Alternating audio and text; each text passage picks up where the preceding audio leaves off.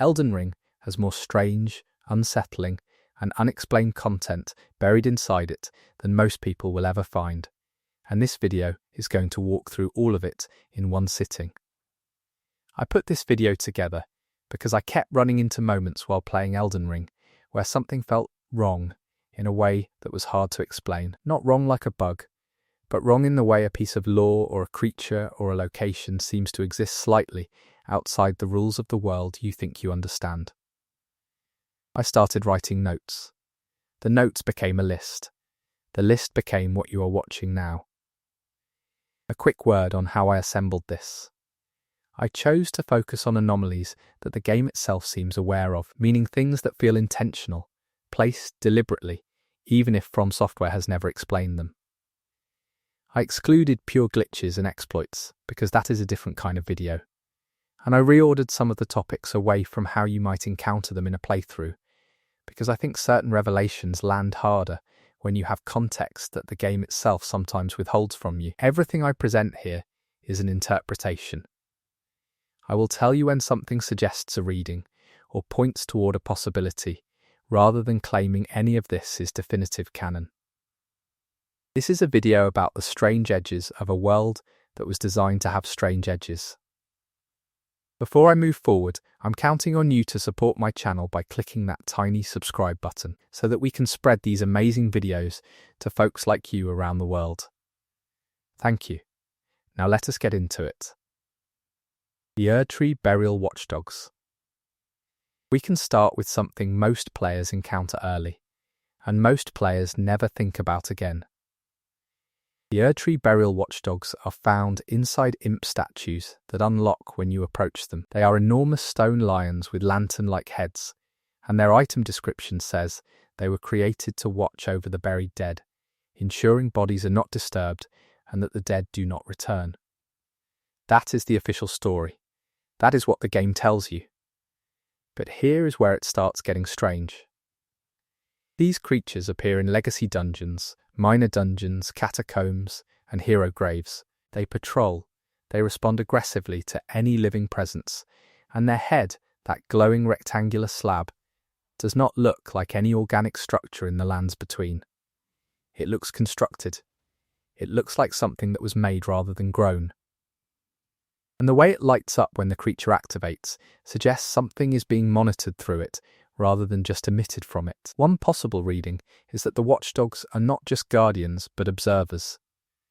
Some lore community members point toward the idea that the lamp-like head functions as a recording or transmitting device, and that whoever originally created these creatures was not simply interested in protecting graves, but in knowing who came to the graves and when. If that is true, then every dungeon you enter, every crypt you explore, something may have already known you were there. The game never confirms this, but it does not deny it either. And when you look at the design of other surveillance-adjacent elements in Elden Ring, from the way certain NPCs seem to already know things about you, to the strange omniscience of characters like Enya, who speak with certainty about your destiny, the idea of watched spaces feels consistent with the world From Software built. There is also the matter of the watchdog's behaviour when you kill them.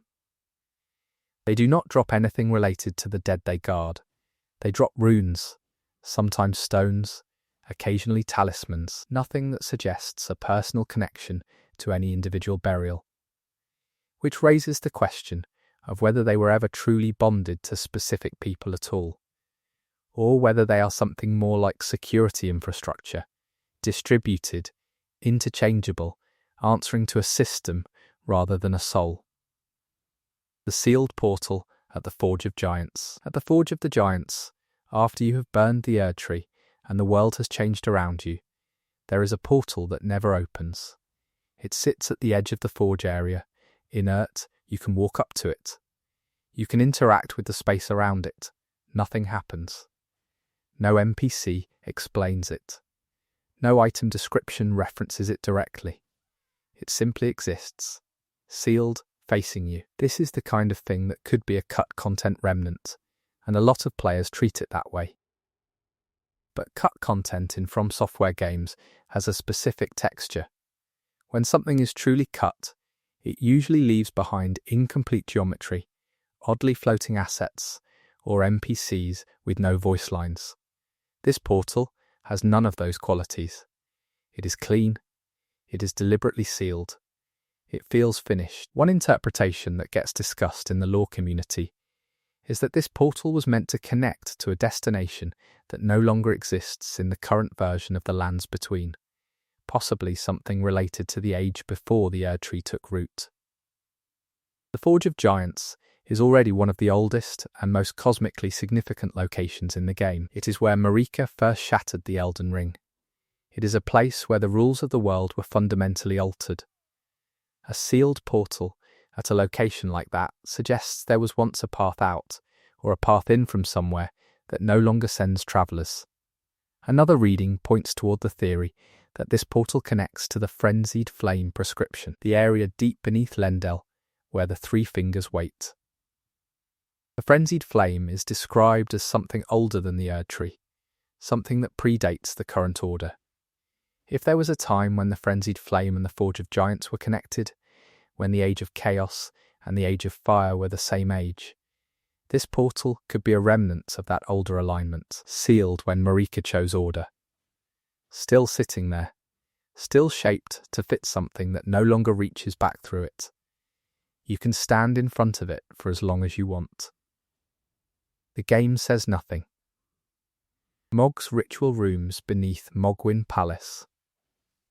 Most players who reach Mogwyn Palace come for the rune farming. The cliffside with the crows and the bloody finger painting is one of the most efficient rune spots in the game, and for a lot of players, that is the whole story of Mogwyn. Get runes, leave, but if you go further into the palace, past the blood pools and the sanguine nobles and the genuinely unsettling architecture, you reach chambers that seem to have no functional purpose in the current state of the game. There are rooms in Mogwyn Palace with altar configurations that do not match any ritual the player can perform. They have braziers positioned in patterns, stone arrangements that suggest a ceremonial function, and wall markings that use iconography associated with the Formless Mother, the outer god who grants power to Lord of Blood Mog. But you cannot interact with any of these elements. They are scenery. Except they are very specific scenery. From Software does not usually spend this level of visual detail on pure background dressing. When they build an altar, there is usually something to do at it, something to place on it, or a dialogue line from a nearby NPC that contextualizes it. In Mogwyn, there are altars with no context and no function. One reading that the lore community finds compelling is that these rooms were intended to host a summoning sequence for the Formless Mother herself, something that was cut from the game before release. The Formless Mother is one of the most underdeveloped outer gods in Elden Ring, despite being central to Mog's entire arc. We know she grants power. We know she communicates through bleeding and desire. We know Mog worshipped her obsessively. But we never see her. We never hear her.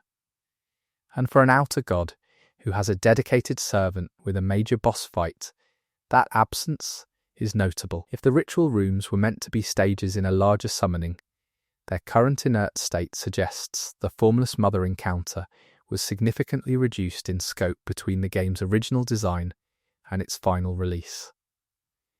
The rooms are the shape of something that used to be there. Whether you find that absence interesting or just slightly unsatisfying probably depends on how much you liked Mog as a boss. The nameless white mask invaders. Let us talk about the white masks. If you spend time in areas of the game stained by Mog's influence, particularly after certain progression milestones, you will be invaded by NPCs wearing white festival masks and wielding bleed-focused weapons. These are not player invasions, they are scripted events. And they tell a fragmented, strange story that the game barely... There are three of them: Edgar the Revenger, Father White Mask, who you meet at the start of the game, and the nameless ones who invade in the blood regions. But it is the nameless ones that are the anomaly. They wear masks identical to Var's. They use the festering bloody finger to invade. They fight with desperate aggression, and when you kill them, They drop items that suggest personal histories, references to people they cared about, suggestions that they made a choice to follow the Lord of Blood that cost them something real. The game does not name them. It does not give them voice lines. They are enemies, but they are enemies with enough item context to feel like they had lives before they became what they are. And that is a specific kind of unsettling, not jump scare unsettling, the kind where you pick up a drop and read the description and realise someone made a decision that led to this moment, and neither you nor the game is going to say much more. Var himself, if you follow his questline, invites you to become one of these figures. He gives you the same festival mask. He asks you to prove yourself through an invasion.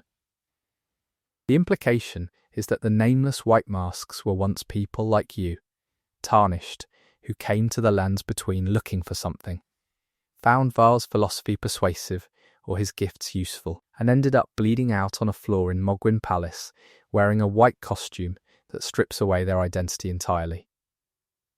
That reading of the white masks as a portrait of what you could become if you make different choices is one of those things Elden Ring does quietly, without flagging it, without making sure you noticed. The anomaly here is that the game built a whole shadow story about conversion and identity loss, and then hid it behind an invasion mechanic that most players treat as a minor nuisance.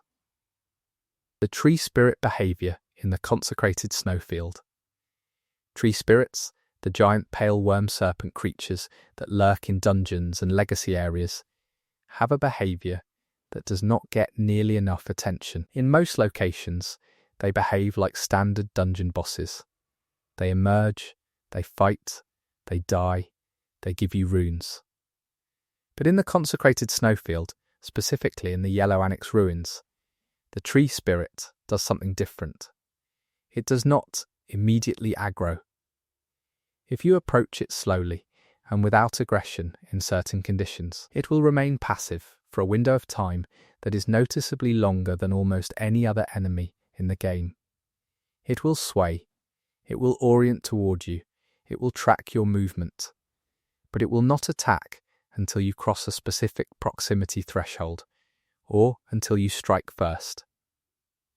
This is the kind of behaviour that suggests these creatures are not purely predatory but possibly communicative, or, at minimum, aware in a way that transcends simple hunt and kill programming. Tree spirits are connected to the Erd tree's root system. Their bodies incorporate aspects of both flesh and root. Their lore suggests they are the result of the Erd tree consuming corpses and repurposing the biological material into guardians. But guardians of what, exactly? The Yellow Annex ruins are interesting because they are close to the hidden path that leads to the Halig tree, the sanctuary built by Miquella. If you accept the interpretation that some tree spirits retain a form of memory or instinct from the people the Erd tree consumed, then one reading of the passive behaviour at Yellow Annex is that this particular tree spirit remembers, in some fragmentary way, that this place was once associated with passage and pilgrimage rather than intrusion. It is not prey approaching, it is something else. And the creature hesitates. That is an extreme interpretation. It might just be a behavioural quirk, an edge case in the aggro detection. But in a game where the designers are meticulous about environmental storytelling, the distinction between a bug and an intentional detail is rarely obvious, and the possibility that it is intentional changes the whole texture of the encounter. The fingerprint stones. Throughout the lens between there are stones with handprint impressions carved or embedded into them. Most players walk past these without registering them as notable. They look like decorative elements, part of the general visual language of ancient worship and forgotten ritual that runs through every corner of the world. But the fingerprint stones have a strange distribution. They appear near sites of grace. They appear near entrances to major dungeons. They appear at locations where the lore suggests pivotal historical events occurred. Battles, betrayals, the death of important figures. And they appear, in at least a few documented cases, in places where players tend to stop and look at something for an extended period, as though the designers placed them where real attention gathers. The possible reading that some lore analysts point toward is that these stones are a recording medium, a way the world of the lands between preserves the memory of contact. In the lore, the greater will communicates through the Elden Ring, which is a fundamentally physical object, not a metaphysical abstraction. Runes are real things. Golden power is a real substance. The idea that touch and presence can be literally inscribed into stone, that the world remembers hands that rested on it, feels consistent with how this cosmology operates. If that is true, the fingerprint stones might be a map of the world's memory. Every stone is a location someone considered significant enough to mark, or that the world itself considered significant enough to hold. And because we cannot read that map in any direct way, because the game gives us no legend, we are left with a feeling that the world knows things we cannot access. There is also the fact that the fingerprints on the stones do not all match human proportions. Some are too large. Some appear to have more fingers than a human hand. This could be artistic abstraction. Or it could be pointing toward something. The woman weeping in the Stormvale ramparts. This one is short, but it warrants inclusion because of how little the game says about it. In Stormvale Castle, in one of the upper rampart areas, if you move carefully and avoid triggering the nearby soldier patrol, you can hear a sound that does not match any enemy behavior in that area. It is low, irregular, and resembles weeping. There is no visible NPC creating the sound. There is no body nearby with item descriptions that explain it. The sound does not appear on any list of official ambient audio for that area. It has been clipped and analysed by community members who have established that it is not a loop artifact or an audio bleed from another location. It is present, it is distinct, and it has no obvious source. From Software uses ambient audio with considerable intention in their games. Sounds in locations communicate the history of those spaces. The sound design in Stormvale generally conveys siege, violence, and the grinding mechanical infrastructure of a castle maintained by force. A weeping sound in that context points toward a specific kind of loss, not battlefield loss but personal loss. Grief that is localized to a room or a corner or a wall, whether it is an audio remnant of a cut NPC, a genuine environmental detail pointing toward an unnamed character, or something else is not clear. But it is there, and now that you know it is there, you will probably go find it. The invisible walls in Farum Azula. Crumbling Farum Azula is already one of the most architecturally impossible locations in any game. It is a city suspended in a permanent storm, its sections floating independent of each other, dragons nesting in its towers, time behaving strangely within its corridors. It is a location that openly abandons the pretense of a coherent physical world. So finding anomalies here might seem unsurprising, but there are invisible walls in Farum Azula that are placed with a precision that does not match their stated purpose. In most Souls games, invisible walls block access to unreleased areas, prevent the player from falling into void geometry, or cap off the edges of navigable space. These invisible walls do all of those things, but several of them are positioned in the middle of visually complete spaces where the geometry behind the wall appears finished and traversable. Community members who have clipped through these walls using glitches have found rooms and walkways that seem fully textured and designed, not rough draft geometry, but completed spaces that simply do not have a door. One section behind an invisible wall in the upper dragon area of Farum Azula contains what appears to be a small meditation or shrine space, complete with braziers and an altar-like structure. It has no boss fog, it has no chest, it is just there, complete and sealed off. One reading is that these spaces were cut late in development when the decision was made to streamline Farum Azula's layout, possibly because the location was already so visually and mechanically dense that adding more rooms created confusion about where to go. Another reading is that these spaces were meant to house a character, possibly Malekith in a non-combat context, or a questline that did not survive into the final game. Malekith as a character is one of the most interesting omissions in Elden Ring. He is Marika's own shadow and shadow half, a being who carries the rune of death in his own body to keep it from being used against her. His lore is extraordinary, his boss fight is extraordinary, but his questline, if he ever had one, is completely absent. He appears only as a boss.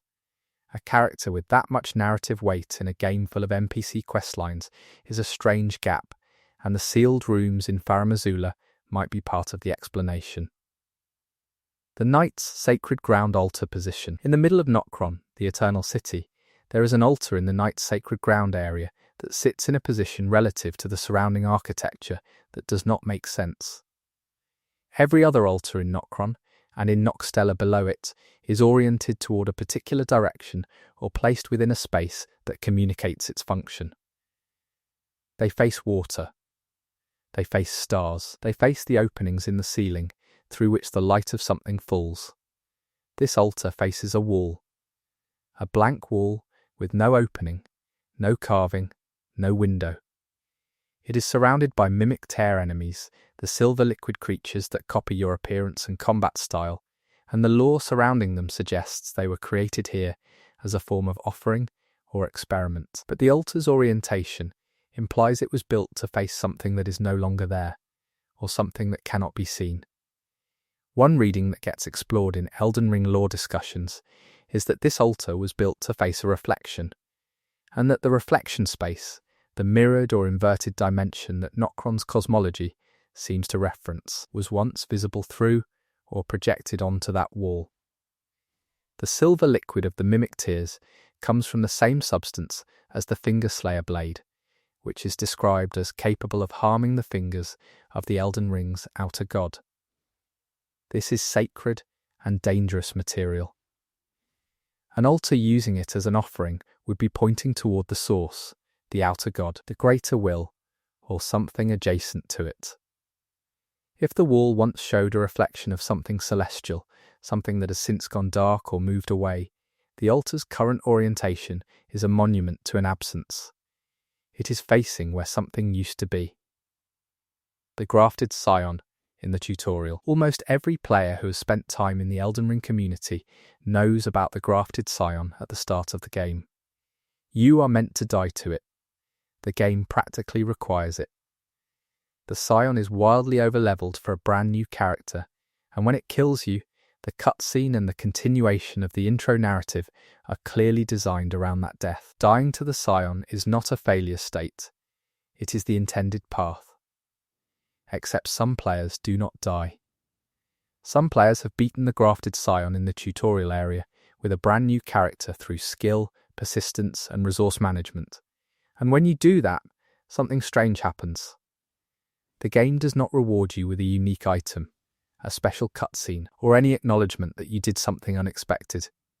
You get the loot from the scion, which is notably good for the start of the game, and you continue normally.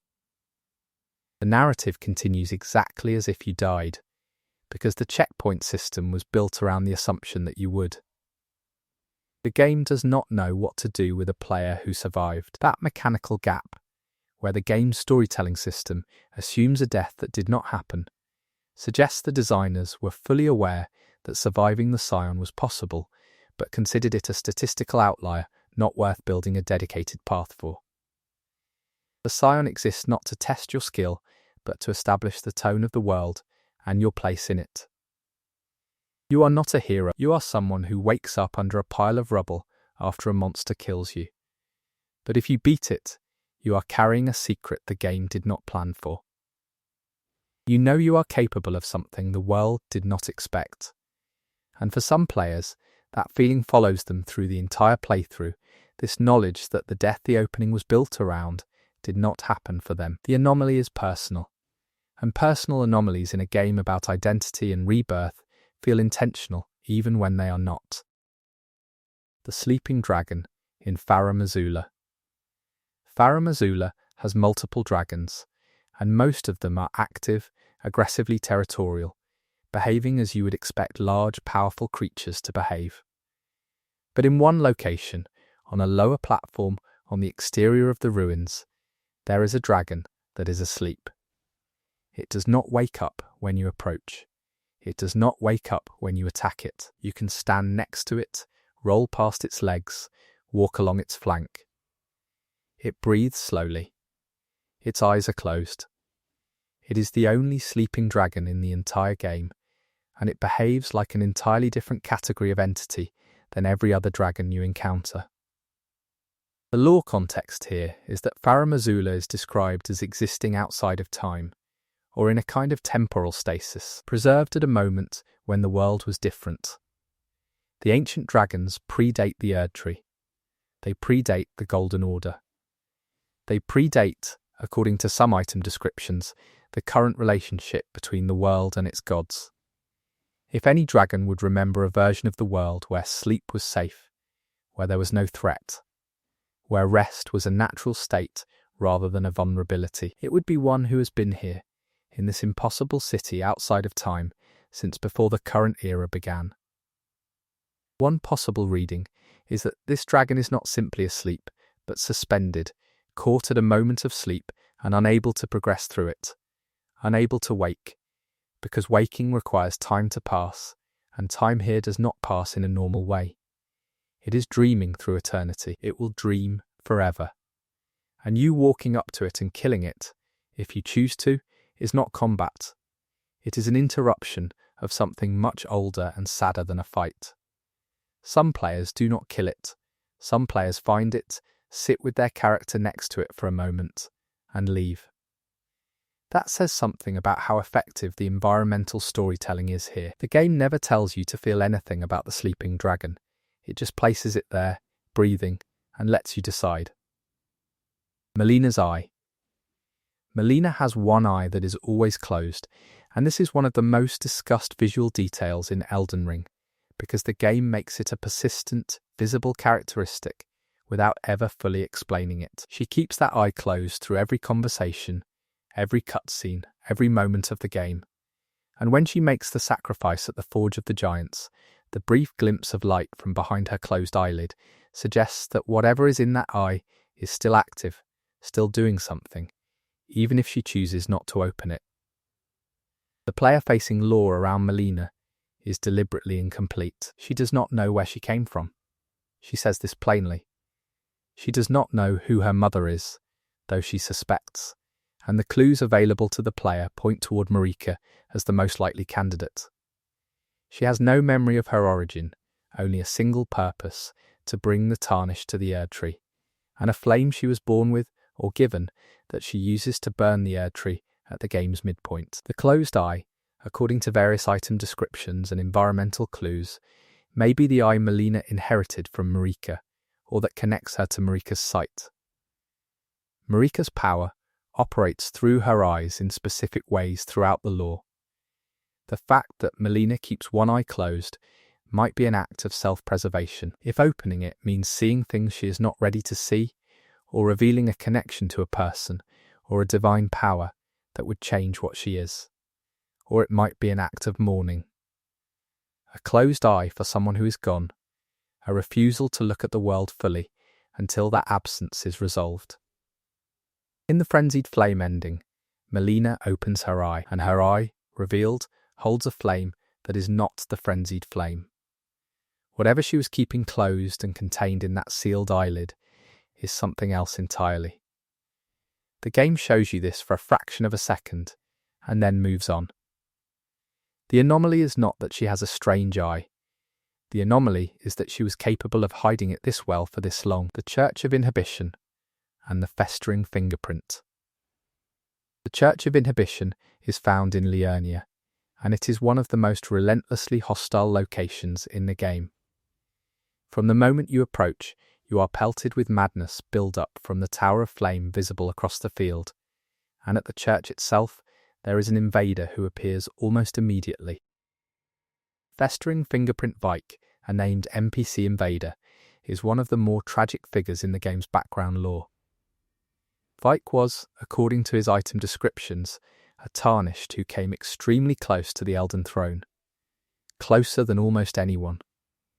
He failed at the last stage, not because of weakness, but because he was pulled toward the frenzied flame, the same force you encounter in the endgame. He lost himself to it. He became its servant instead of becoming an Elden Lord. And now he appears at the Church of Inhibition, which is dedicated to Finger Maiden Hyetta, the very NPC whose questline leads the player toward the frenzied flame ending. The geometry of Vike's story and Hyetta's story suggests a deliberate parallel. Vike is what happens when a Tarnished goes down Hyetta's path and fails or loses themselves along the way. He is the shadow of the questline you are walking when you give Hyetta the eyes she asks for. The Church of Inhibition is not just a hostile location, it is a warning. You can look at Vike and see one version of where you are headed if you keep following the fingers. The anomaly here is not any single strange element, but the density of implication compressed into one hostile location with one invader and one nearly voiceless NPC. The game places Vike there not as an explanation, but as a question. You can piece this together, or you can kill him, pick up his lance, and move on. Most players do the latter. Almost none know what they are killing, the Erd Tree sprouts, and what they mean. Throughout the lands between, particularly after certain story milestones are reached, small golden sprouts appear in locations where they were not before. They emerge from the ground near sites of grace, in fields that were previously empty, and occasionally in locations inside dungeons near walls or crevices. They are small, they glow with the same golden light as the Erd Tree. They look like the beginning of something. The game never comments on them. No NPC says anything about them. They do not have item descriptions because you cannot pick them up or interact with them. They are purely visual, purely ambient. But they cluster in specific ways. They appear more densely in areas where you have spent significant time, where a high number of enemies have been killed, where runes have been gathered and spent. The lore of Elden Ring suggests that runes are the currency of life, that death generates them, that they return to the cycle of the Erd Tree. If runes, and by extension life energy, flow back into the golden tree, it is possible that the sprouts are a representation of that return, the world attempting to renew itself through the deaths the player has caused. Which means the more you kill, the more the world grows. Every enemy you grind, every boss you defeat, every field of soldiers you clear is fertilizing something. The lands between is not just a world you are passing through, it is a system you are feeding. And these tiny golden growths are the receipts. Whether that framing makes the player a cultivator or a harvester or something more sinister depends on how you read the endings. But the sprouts are there regardless of the ending you choose. Even in the Age of the Stars ending, even in the Frenzied Flame ending, even in roots that burn or scatter or shatter the Erd Tree's influence, the sprouts keep appearing. The world keeps trying to grow regardless of what you choose to do to it. That persistence has its own quiet horror. The paintings and their painters.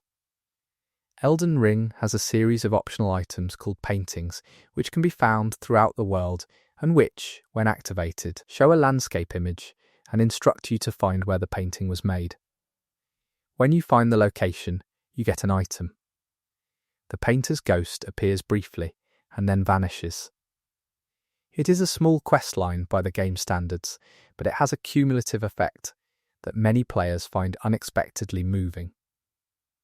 Each painter, based on the ghost you see and the style of the painting, appears to have lived in a specific era of the Lands Between's history. The landscapes they painted exist in the current world, but in forms that suggest significant time has passed.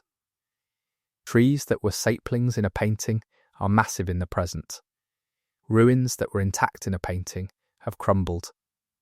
The paintings are historical records made by people who were alive in a version of the world you never got to see, and who are now gone. But the anomaly is this.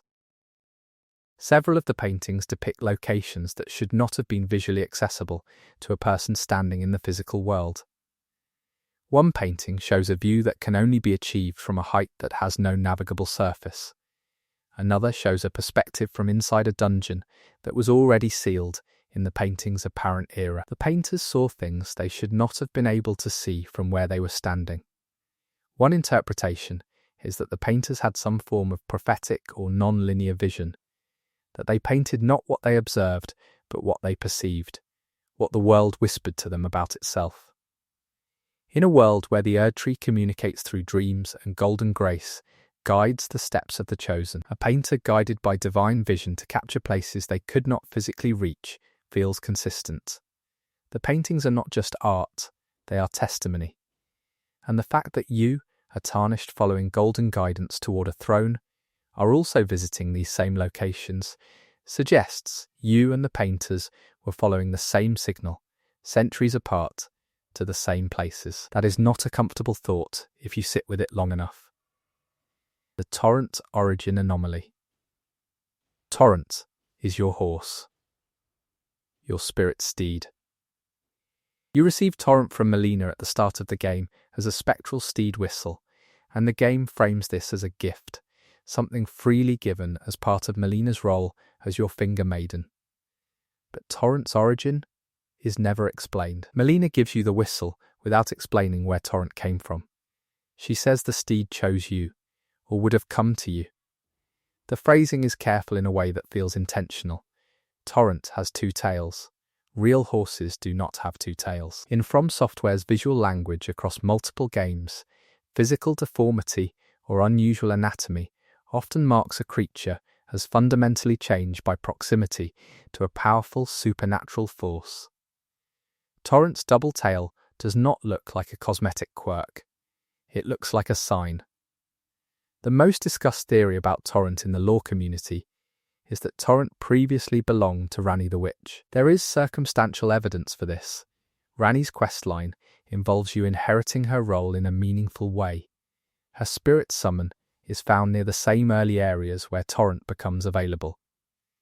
And the relationship between Ranni and the player character mirrors in specific ways the relationship between a witch and her steed in various mythological traditions that clearly influenced Elden Ring's lore. If Torrent was Ranni's steed before yours, then Melina giving you Torrent was not a neutral gift. It was a positioning move.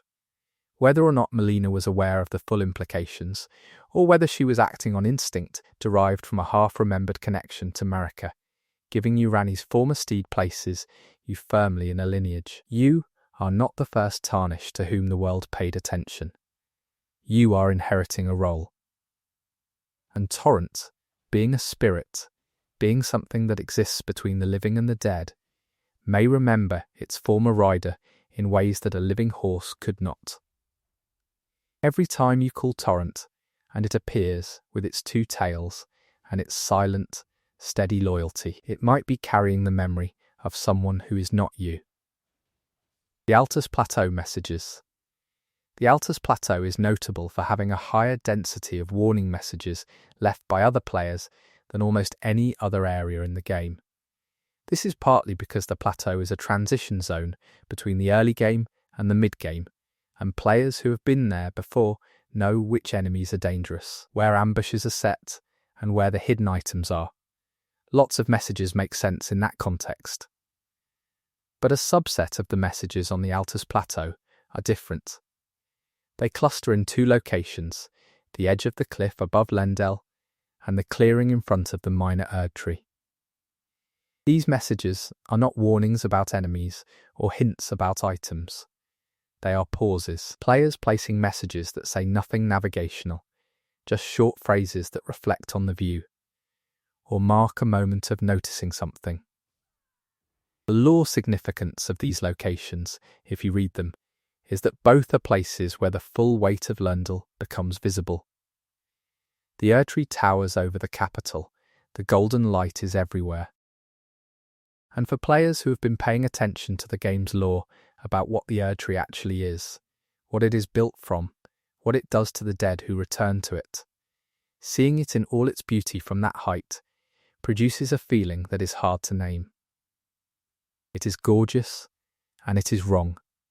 It is radiant, and it is a machine. The player messages that accumulate at those 2 points are an emergent record of that feeling. People stopped there, not to warn each other about enemies, but to share the experience of seeing something that the game asks you to destroy or accept, without fully explaining the cost of either choice. The anomaly is that the landscape produced unsolicited reflection from hundreds of thousands of players independently, and the messaging system became a way of collectively sitting with that response. From Software did not plan for that, but they built the conditions for it. Bloodborne connections and what the hunters mark at. This is technically a digression into another game, but it has direct bearing on Elden Ring's Anomalies, so it earns its place here. In Bloodborne, the hunter's mark is a symbol associated with the dream, with the power that allows hunters to revive. It is burned or tattooed onto those chosen for the hunt. It is a visual symbol of selection by something powerful and poorly understood. In Elden Ring, the sight of the Tarnished's lost grace is visually and functionally almost identical in its metaphysical role. You were chosen. You can return from death. The grace guides you. The parallel between the dream and the guidance of grace is not a secret. From Software has never confirmed a shared universe, and the game's lore contradicts each other in ways that suggest they are not meant to be the same world. But the structural parallel, the repeated motif of the chosen wanderer marked by something they did not ask for, guided toward a violent purpose they never fully understand, is deliberate. The anomaly is not that the parallel exists, but what it implies about Elden Ring's cosmology if you take it seriously. In Bloodborne, the hunter eventually discovers that the thing guiding them was not benevolent, but interested in its own continuation. The discovery that the power behind your chosen status has needs you did not consent to serve is Bloodborne's central revelation. If Elden Ring runs the same structural logic, the grace guiding the Tarnished is also serving a purpose the Tarnished never asked to serve.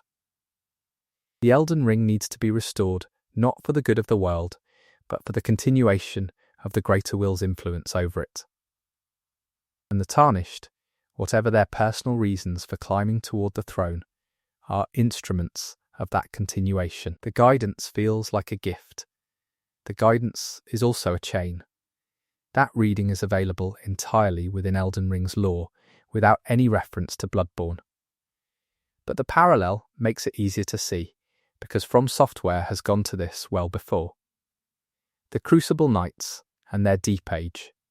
Crucible Knights are, by the game's internal lore, warriors from the Crucible, the state of the world before the Erdtree took hold, a time when all of life existed in a more intermingled, less defined form.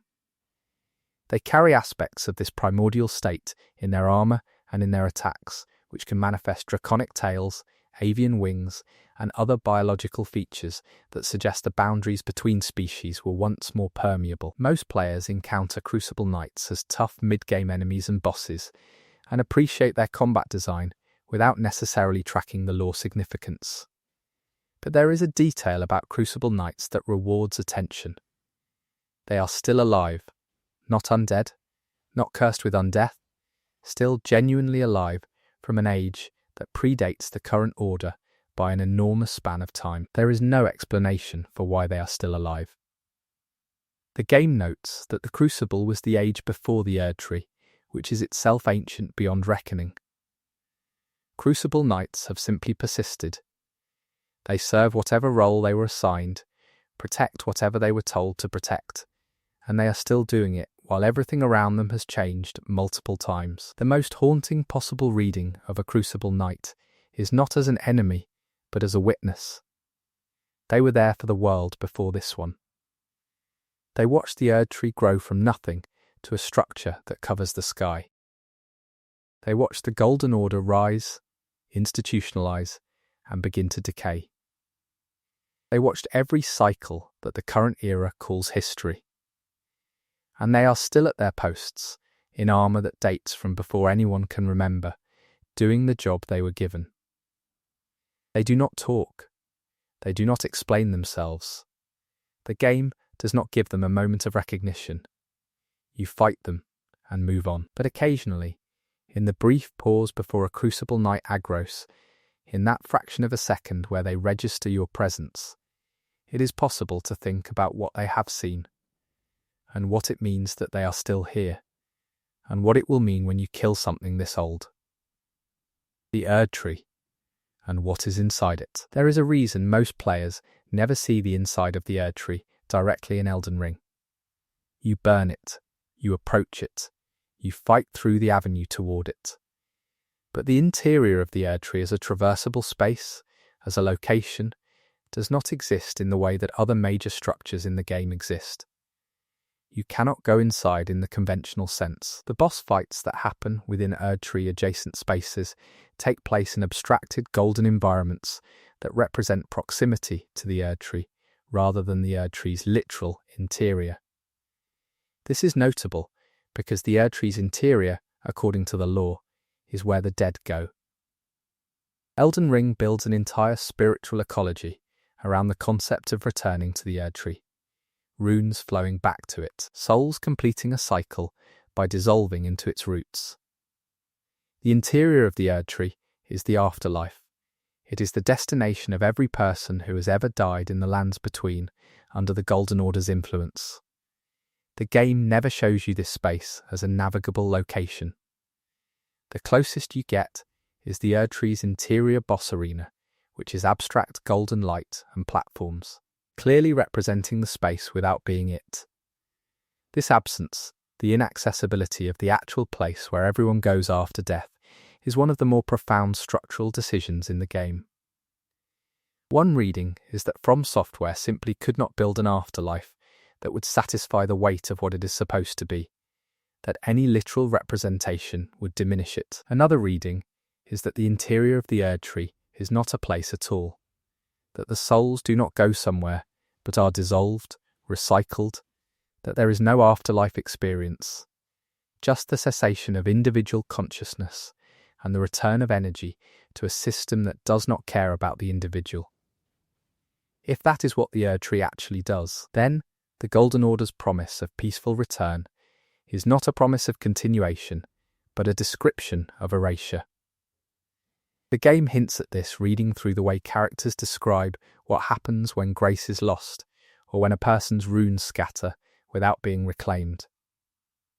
It does not feel like peaceful dissolution.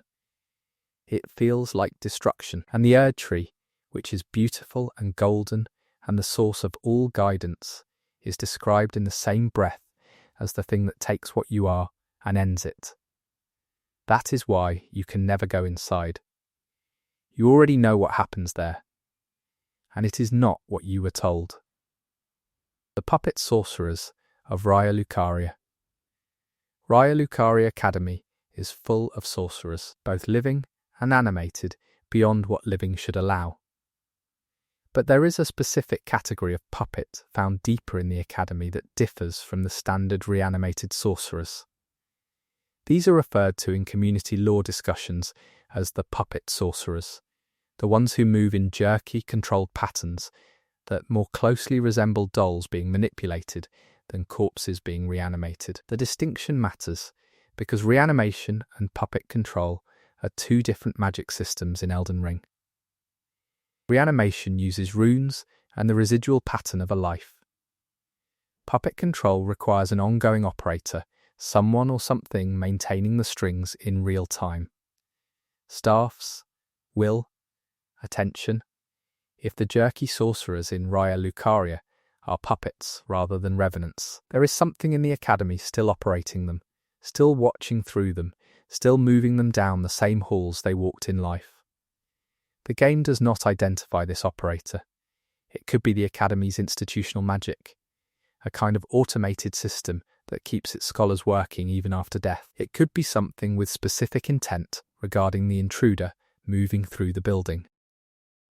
Gravity magic, which is one of Raya Lucaria's specialties, operates by bending the rules of physical relation between objects, making things that should be separate attracted or repelled. It is not a huge leap to imagine a sufficiently advanced practitioner of gravity magic using the same principle on the relationship between a living mind and a dead body, pulling the shape of the person's former patterns back into the corpse and making it walk. If that is how the puppet sorcerers work, then every sorcerer who died in Raya Lucaria and never received a proper burial may be permanently enrolled in a post-mortem curriculum, still attending the academy, still performing their function through a version of gravity magic that is less about stone and stars and more about refusing to let people leave. The absence of Renala's commentary on this, given that she is the most powerful sorcerer in the academy and very much present during the time players visit, is itself interesting. She does not seem troubled by the puppet sorcerers. She does not acknowledge them. Either she is too far gone in her grief to register them, or she is the one operating them, or both are true. The Halictree's failed purpose. Miquella's Halictree is, in the lore, one of the most ambitious projects ever attempted in the lands between. Miquella, who is described as the most gifted of Marika's children, grew the Halictree as an alternative to the Erdtree, a place where those cast out from the Golden Order, those who could not receive its grace, could find shelter and purpose. The Halictree was meant to be a more compassionate structure, an alternative cosmology built by a god who cared about the excluded.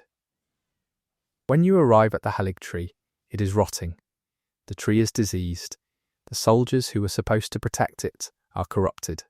Melina, Miquella's twin and the Halictree's champion guardian, is in the deepest part of the tree in a state of dormancy, dealing with the consequences of her battle at Caelid. And Miquella himself is not there. He was taken, cocooned and stolen by Mog. The Halictree failed. Not dramatically, not through battle or divine intervention, but through a kind of slow decay that the game's visual design makes genuinely sad to walk through.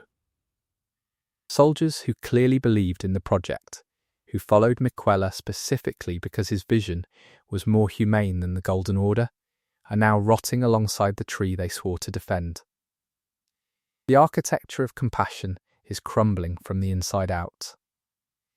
The anomaly here is structural. Elden Ring's world is full of failed projects, of ambitious figures whose plans went wrong. But the Halictree is the only one that seems to have been genuinely trying to build something better rather than something more powerful. Marika wanted control, Renala wanted knowledge, Godfrey wanted conquest, Miquella wanted inclusion, and the thing Miquella built is in worse shape than almost anything else in the game. One possible reading is that the world the Erdtree created cannot sustain an alternative, that the conditions which made compassion-based power possible simply do not exist in the current cosmological arrangement. The rot that takes the Halictree is not evil. It is entropy. It is what happens when a structure is built in opposition to the fundamental rules of the world it exists within. If that reading is correct, then the Halictree is not a tragedy of bad luck. It is a demonstration of what the world considers acceptable. And the world does not consider Miquella's vision acceptable. The Deathbird nests. Deathbirds are among the more overtly supernatural enemies in Elden Ring. They appear at night. They burn with a cold blue fire that is associated with the rune of death and the destined death concept. And they are enormous, ragged creatures that look like crows taken to a scale that stops being avian and becomes something else entirely. They are connected to the glow-eyed queen, a figure who wielded destined death before Marika locked it away inside Malekith. What almost no one notices about deathbirds is that they have nests. Small, specific nests in certain locations around the lands between, and these nests contain items. The nests are rarely in obvious locations. They are in corners, under ledges, in spots that require you to deliberately investigate rather than simply walk a path. And the items in them are not random drops. They are death-adjacent items, things connected to the ritual of dying and returning, with descriptions that suggest they were gathered or placed with purpose. A bird nesting. a creature associated with the administration of death, building a nest. The implication that there might be young death birds somewhere is not one the game ever makes explicit, but the nests are there, and a nest is a reproductive structure. It is a structure for continuity of a lineage. If death birds reproduce, and if the rune of death is a force rather than a possession, something that could be passed through a biological line rather than stolen and locked away by a god, then Marika's victory over the glow-eyed queen may have been less complete than it appeared. You can lock away destined death in a rune inside a beast that serves you. You cannot lock it out of the world. The birds still nest. The eggs, if there are eggs, still hold whatever they hold. Marika controlled the end of life for the entire Lands Between for an era. The nest suggests that something else was always waiting, patient, biological, building a home in the corners of the world she kept in shadow. The invisible grace beneath Stormveil. Sites of grace have a consistent visual appearance throughout the game. They are pools of golden light, warm and identifiable. You cannot miss them when you are near one. Except there is, buried in the geometry of Stormveil Castle in the deeper basement sections, a site of grace that does not emit the usual light. The golden rays are not visible, the warmth is not present, but the grace is there. Your character's posture shifts slightly when you pass near it, the same micro-animation that indicates proximity to a site of grace. You can find it if you know where to look. It does not rest. It does not appear on the map. It does not function as a fast travel point or a health restoration location in any normal way. It exists as a presence without a form, a location the world recognizes as graced, but that has been somehow dimmed or suppressed. The most frequently cited explanation from the community is that this is a legacy node, a point of grace that predates Stormveil Castle itself, possibly from the era before the castle was built, when the land it occupies was a different kind of place with a different kind of significance. If sites of grace are not created, but revealed, if they mark places where the divine energy of the Elden Ring naturally pulls, then an old site that a human structure was built on top of might persist in a muted form beneath the stonework. Still there, still real, but buried. The alternative explanation that gets less attention, but is perhaps more unsettling, is that the grace was suppressed deliberately. That someone or something in Stormveil's history knew this site existed and chose to hide it. Not to destroy it, because grace, according to the law, cannot be destroyed by ordinary means, but to prevent it from guiding anything to this location. To keep that pool of divine energy private, or dark, or secret. Why anyone would want to hide a site of grace is a question the game does not answer in this context.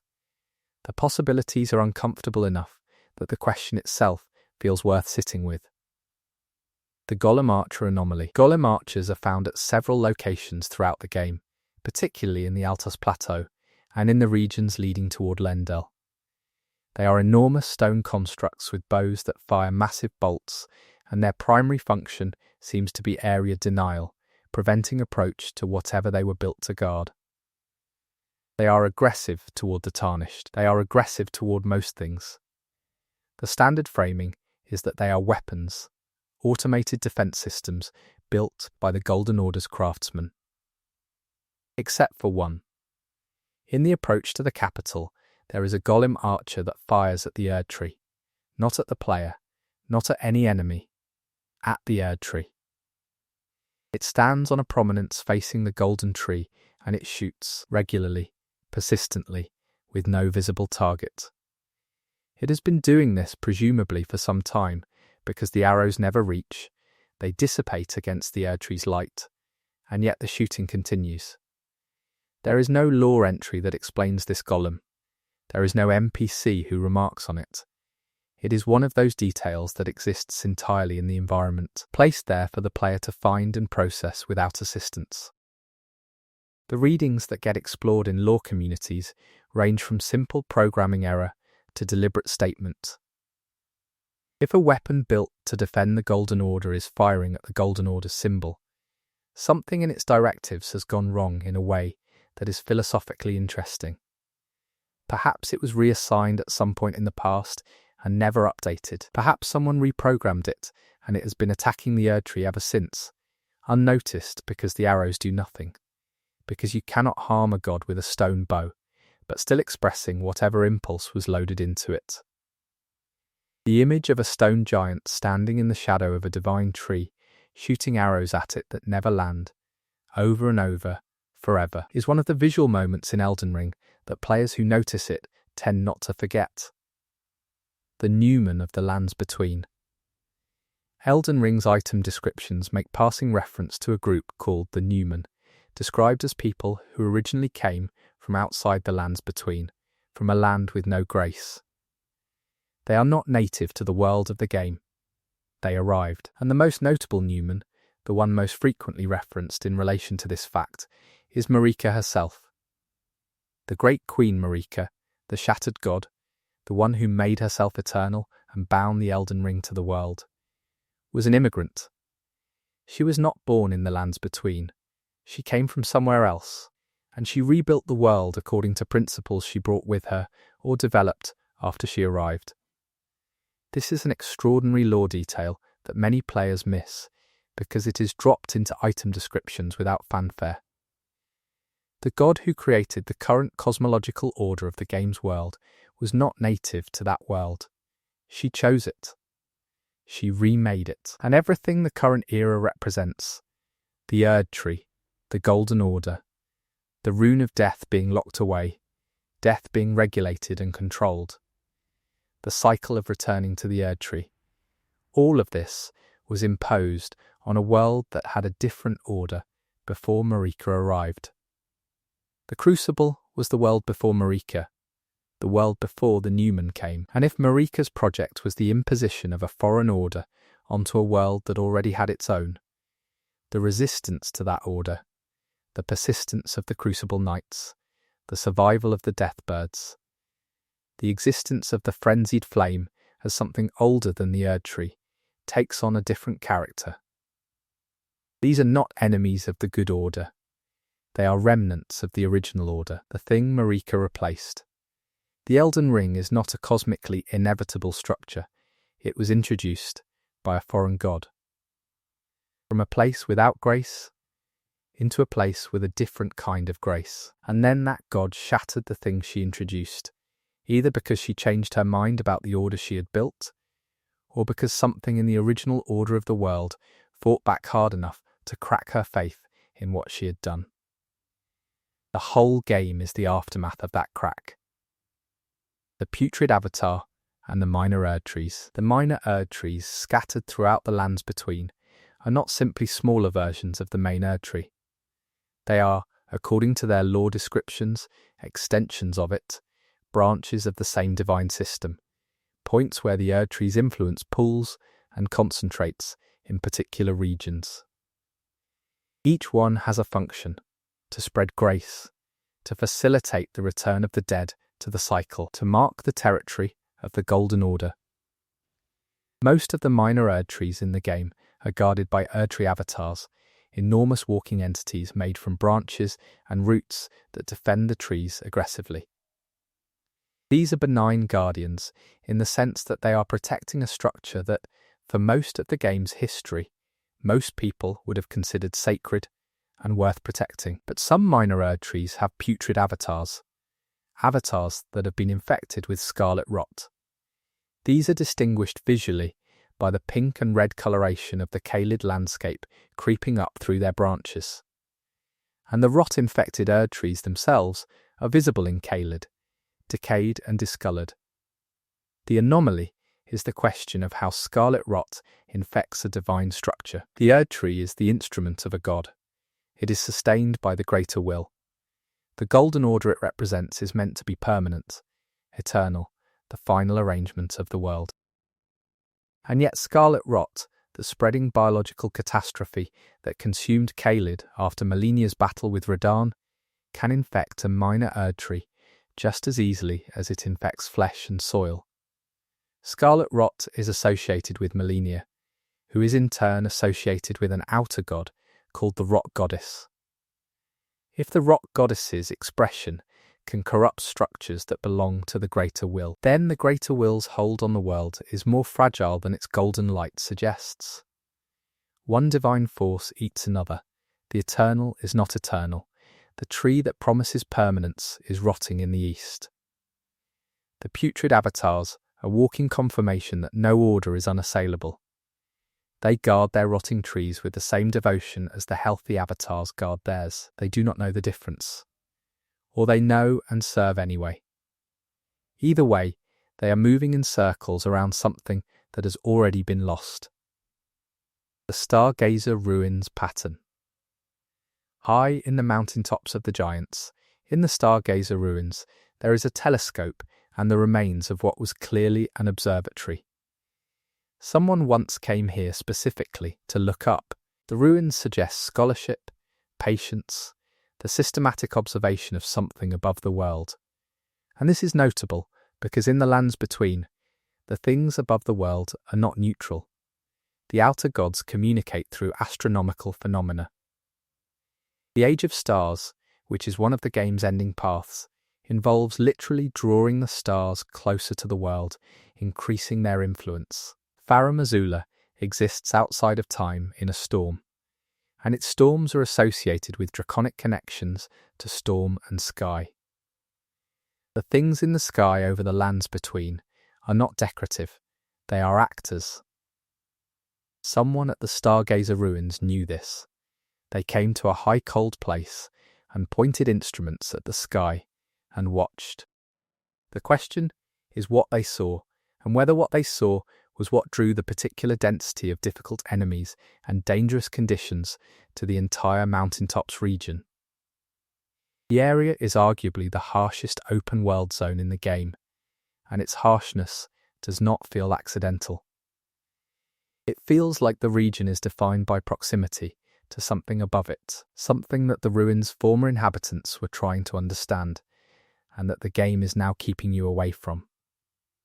If you accept that the lands between's cosmological structure responds to attention, that looking up draws things down, that the outer gods notice when something below them focuses its gaze upward, then the ruins at the Stargazer site are both a monument to curiosity and a warning about the cost of being noticed. The people who used the telescope are gone. The telescope remains. And above it, the sky over the mountaintops is different from the sky anywhere else in the game. Colder, stranger, populated, with things that move in ways clouds should not. The white-faced vase and the propagation of a cult. We touched on Var earlier, but his full strangeness deserves its own dedicated space. Var is the first NPC you encounter in the game. He calls you maidenless. He notes immediately that you have no finger maiden and therefore no way to receive guidance through touch, no way to commune with the two fingers. He presents himself as helpful. He gives you a direction. He is pleasant, polite, and clearly has an agenda. As you follow his questline, he reveals himself to be an agent of Mog, the Lord of Blood. He wants you to join the dynasty of the Formless Mother. He asks you to invade other players and to dip a cloth in the blood of a maiden to demonstrate your willingness to embrace blood. He gives you a mask. He gives you access to Mogwyn Palace. The strangeness of Var is not his villainy, but his placement. He is at the first step. The very start, in a game designed around the concept of the Tarnished returning to claim their right to the Elden Ring, the first person who speaks to you is someone who wants to divert you from that claim entirely. He is recruitment disguised as orientation. And he is not the only one wearing the white mask. The other masked figures in Mogwyn, the NPC invaders, suggest a broader operation. Var is not a rogue agent pursuing a personal obsession. He is a cell of an organization. He is positioned at the entrance to the game's world to intercept the newly arrived Tarnished before they can properly understand their options. The propagation of the Formless Mother cult through this mechanism, through a friendly face at the door, offering help and direction, is one of the more cold-blooded structural choices in the game's writing. From Software put a cult recruiter at the tutorial, and they made him charming, and most players follow his questline at least partway, because he seems helpful and his rewards are good. The number of players who accepted a white mask from VAR without fully understanding what they were putting on is probably very high. Ranni's questline as a divergent cosmology. Ranni the Witch is by consensus the most narratively rich NPC in Elden Ring, and her questline is the most complex. But what the questline represents in terms of cosmological structure is something the game states obliquely, and many players absorb emotionally without fully parsing. Ranni is trying to remove the lands between from the control of the greater will. Not reform it, not resist it, remove it. She wants a new order built around cold, distant light rather than warm, golden grace. An order where the world is small and the cosmos is vast and the controlling divinity is not present in the way the greater will has been present. Her project, which the player can help complete, is the full disconnection of the lands between from its current divine patron. If you achieve the Age of Stars ending, the greater will's influence departs. The golden grace fades. The world enters an era of uncertainty and possibility without divine management. This is either liberation or abandonment, depending on how you read it. The people of the lands between lose the system that ordered their deaths and rebirths and the afterlife that received them. They get in exchange the freedom to find their own relationship with mortality. The anomaly in Ranni's questline is that it succeeds. In a game full of broken quests, dead NPCs, failed projects, and the ruins of ambitious plans, Ranni is capable of actually completing what she set out to do, with your help. She achieves the thing she wanted. She removes herself from the cycle, departs with the order she created, and leaves behind a world that is free in a way it has never been in recorded history. This outcome is available in a game that constantly demonstrates the impossibility of clean outcomes. The rot spreads, the tree withers, every dynasty falls. And in the middle of all that, one witch does the impossible thing. The rarity of that success, in this world, in this game, is its own kind of anomaly. The thing she built and departed may not be better than what was there before. The cold stars do not care about you the way the golden grace did, or seem to. But she is the only one who finishes what she started. The rune of death's true history.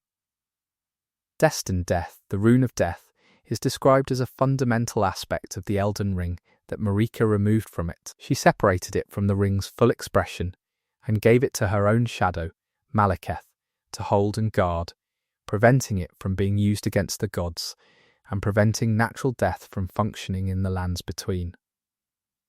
This is, on its surface, a practical decision. An immortal god does not want the power of death freely available. An eternal cosmological order benefits from having mortality regulated and controlled.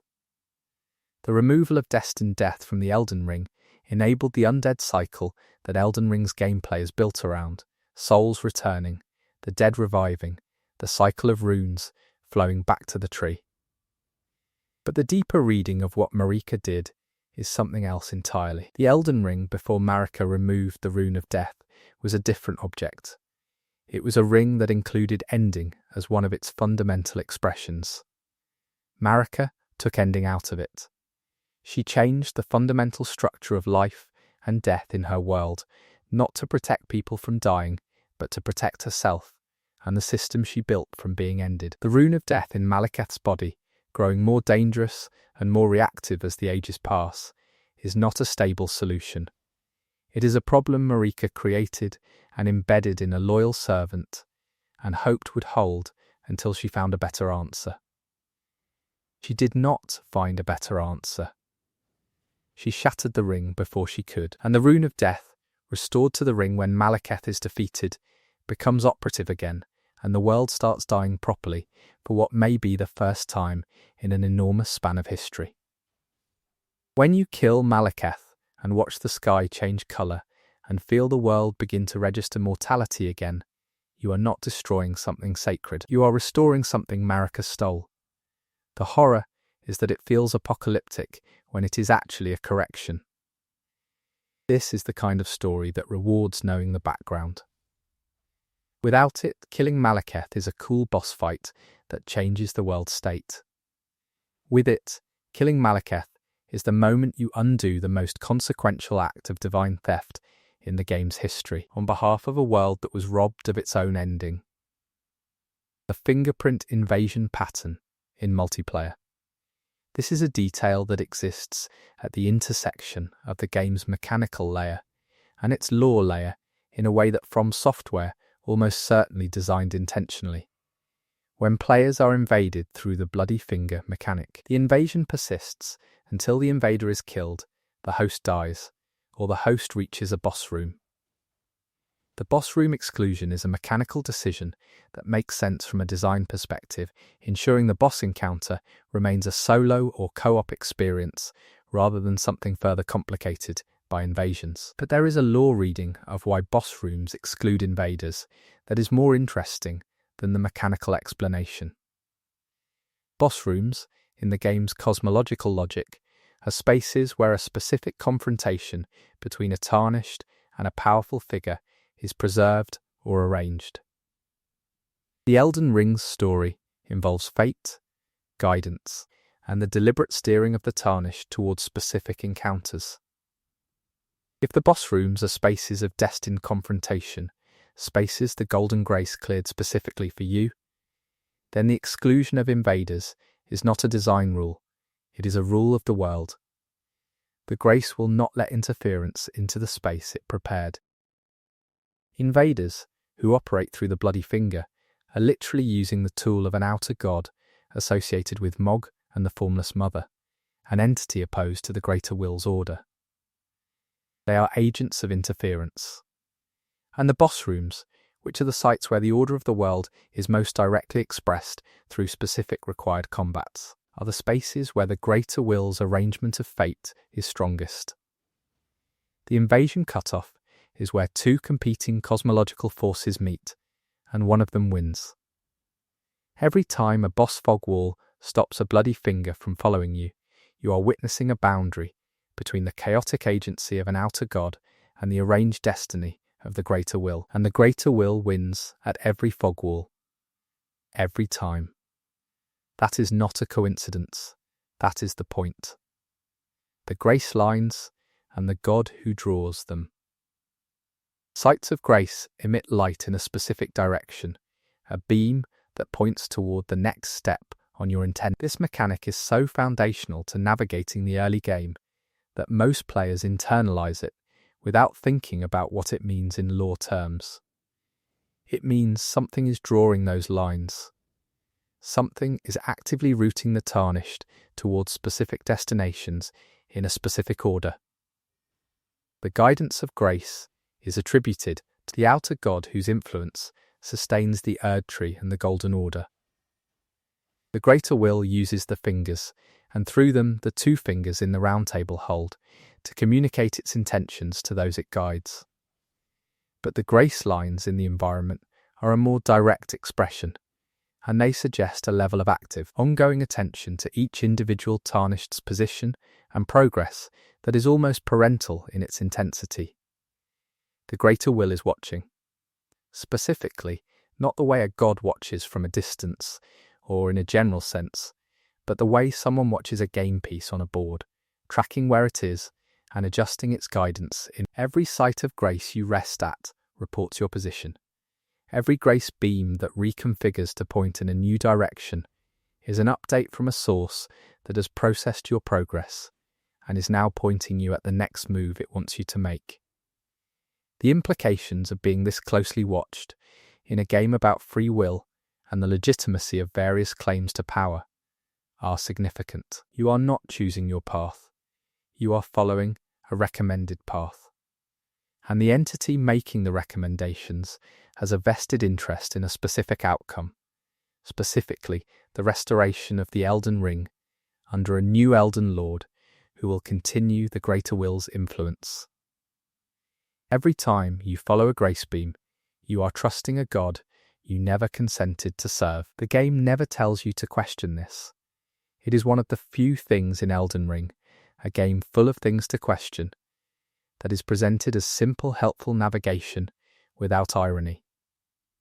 The irony is in the background, waiting for you to notice. The Halictree Prayer Books. In the Halictree, among the items you can find in the rotting upper sections of the tree, there are prayer books that contain incantations developed specifically for Miquella's order. These incantations heal. They protect. They have an aesthetic warmth distinct from the golden severity of the Golden Order's incantation system.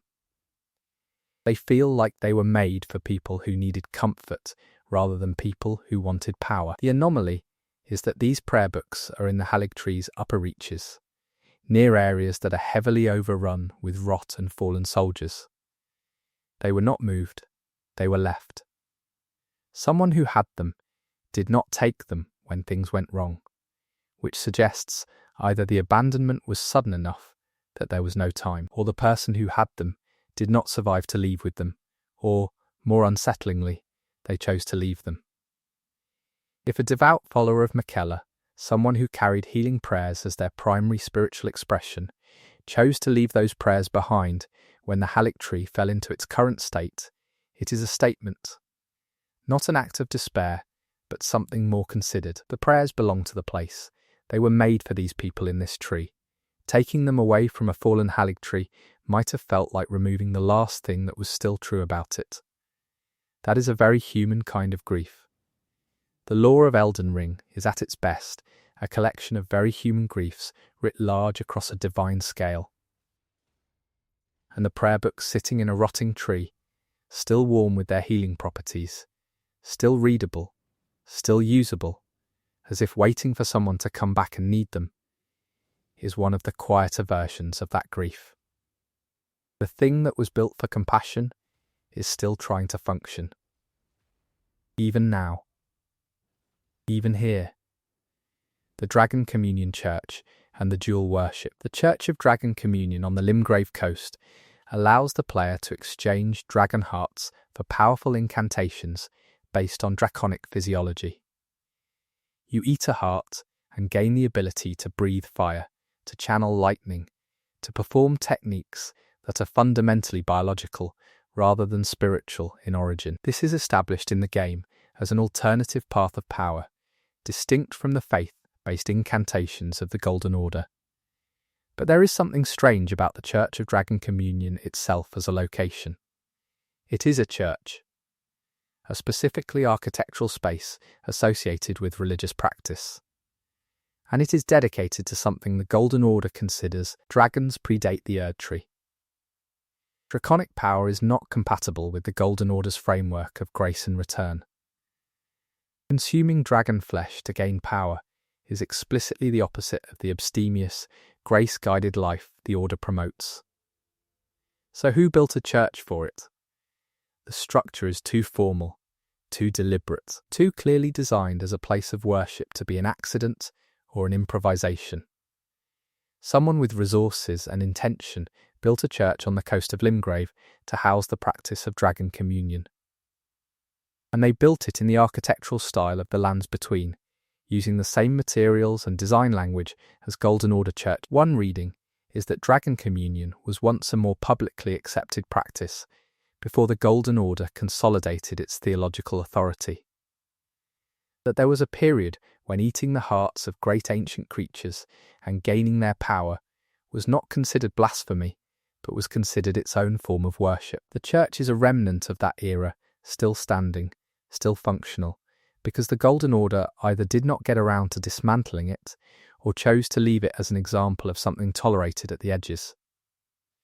The other reading is that whoever built this church knew exactly what they were doing and built it anyway, in full view of the Order's authority, as that draconic worship is not compatible with the Golden Order's theology, but that it has its own deep roots, deeper in some ways than the Erdtree itself, and that those roots can bear the weight of a real place of worship, if the people who believe are willing to maintain it. Either way, you take the dragon hearts there, and you eat them, and you come out changed. The church does not judge. Whatever it was built for, it still works. The age before the age. Throughout all of the Elden Ring's lore, through all of the item descriptions and NPC dialogues and environmental details, there are references to an age before the current age, and within those references, occasional glances at an age before that. The Crucible precedes the Erdtree. The age of the ancient dragons precedes the Crucible in some readings, and before the dragons, according to the most fragmented and indirect lore sources, there was something else. The Elden Beast, the physical form of the Elden Ring, the final boss of the game, is described as having come from the outer reaches of the cosmos. It was sent by the Greater Will. It arrived in the lands between and became the ring that orders the world. But it did not come from nowhere. It came from somewhere. The outer reaches of the cosmos imply an outer cosmos, and an outer cosmos implies that the cosmos itself has edges and contents and things in it that are not the Greater Will and are not the Elden Ring, and have not, at least not yet, extended their influence into the world you are playing through. The entire game, with all of its scale, its gods, its dynasties, its age-spanning histories, is a small circle of activity at the edge of something vastly larger. Every outer god that influences the lands between, the Greater Will, the Frenzied Flame, the Rot Goddess, the Formless Mother, the God of Hatred, is a visitor from that larger space. They are not native. They settled here. They competed here. They used the people here as instruments of their will. And none of them are the last or the largest thing in the space they came from. The Elden Ring is not the history of a world. It is the history of a contact zone, a place where things from outside encountered each other and the people who already lived there were caught in between. Every war, every dynasty, every shattered god, every player death is part of the fallout of that contact. The anomaly, if you are willing to call it that, is the sense when you stand at the very end of the game, having killed the god and chosen your ending, that nothing is actually resolved. The Greater Will may return. Another outer god is already present.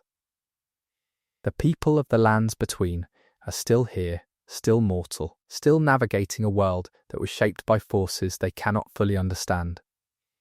You did not save the world. You changed its current arrangements.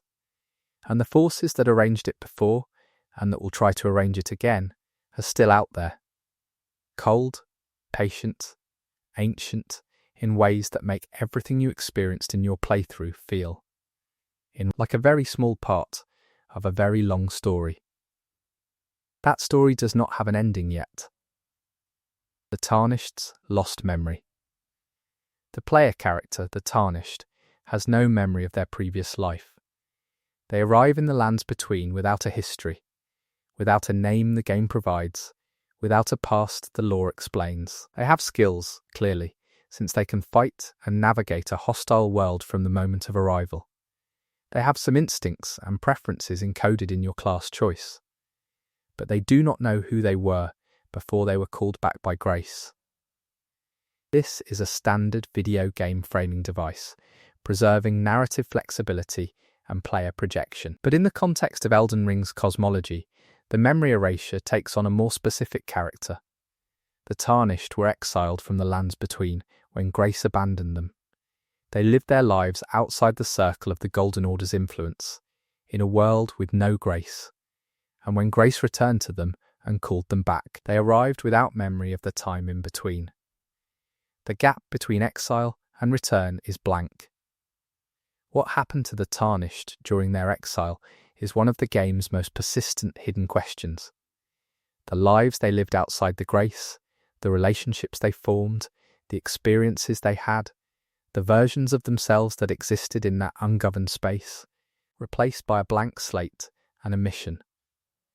One reading is that the return of grace functionally overwrites the person, that whoever the Tarnished was in exile is not the same entity that walks through the lands between in the game. The grace called back a body and a set of useful skills and left behind the person who had accumulated decades or centuries of experience in an ungoverned world. If that is what happened, then the Tarnished you play as is not the same person who was exiled. They share a body and combat experience. They do not share a self, and the quest to become an Elden Lord, framed as a personal achievement and a personal destiny, is actually the completion of a mission loaded into a vessel that was emptied to receive it. The game never says this. It is a reading, not a statement. But the blank memory and the mechanical efficiency of the player character's arrival, the fact that they wake up under rubble and are immediately functional, immediately capable, immediately pointed in a direction, does suggest a transition rather than a resumption. Not coming home. Arriving for the first time in a familiar skin. The formless mother's silence. Every outer god in Elden Ring communicates in some way. The greater will communicates through the fingers, the 2 fingers in Round Table hold, the 3 fingers beneath Lendl. The rot goddess communicates through Melinia's body and the spreading scarlet spores. The frenzied flame communicates through the 3 fingers and the madness it induces. The god of hatred communicates through Dragonlord Placidusax, whose very form suggests a being maintaining a connection across an impossible distance. The formless mother communicates through bleeding, specifically through the bleeding of devotees, through the giving and receiving of blood as a sacramental act, through Mog's entire religious and aesthetic framework. Blood is the medium. Pain is the signal. The body opened is the channel. But we never hear the formless mother's words. We never receive a message from her the way we receive messages from the other outer gods. Everything attributed to her is attributed through Mog, and Mog is, by the end of his questline, clearly pursuing a personal agenda that may or may not align with what the formless mother actually wants. He wants to elevate Miquella to godhood and rule alongside him in a new dynasty. The formless mother's wants. If she has wants distinct from the general principle of blood and appetite that she represents, are never stated. The silence is the anomaly. Every other significant divine force in the game expresses itself in some way the player can encounter directly. The formless mother is present only through her servant and through and her servant has his own goals, and blood does not carry the kind of information that language does. One reading is that the formless mother is genuinely formless in the sense of being without specific intent, that she is an appetite rather than a personality, a force rather than a will. She does not have goals because she is not a person in the relevant sense. She is desire itself, manifest as a divine principle, and Mog's specific goals are his own projection onto that principle.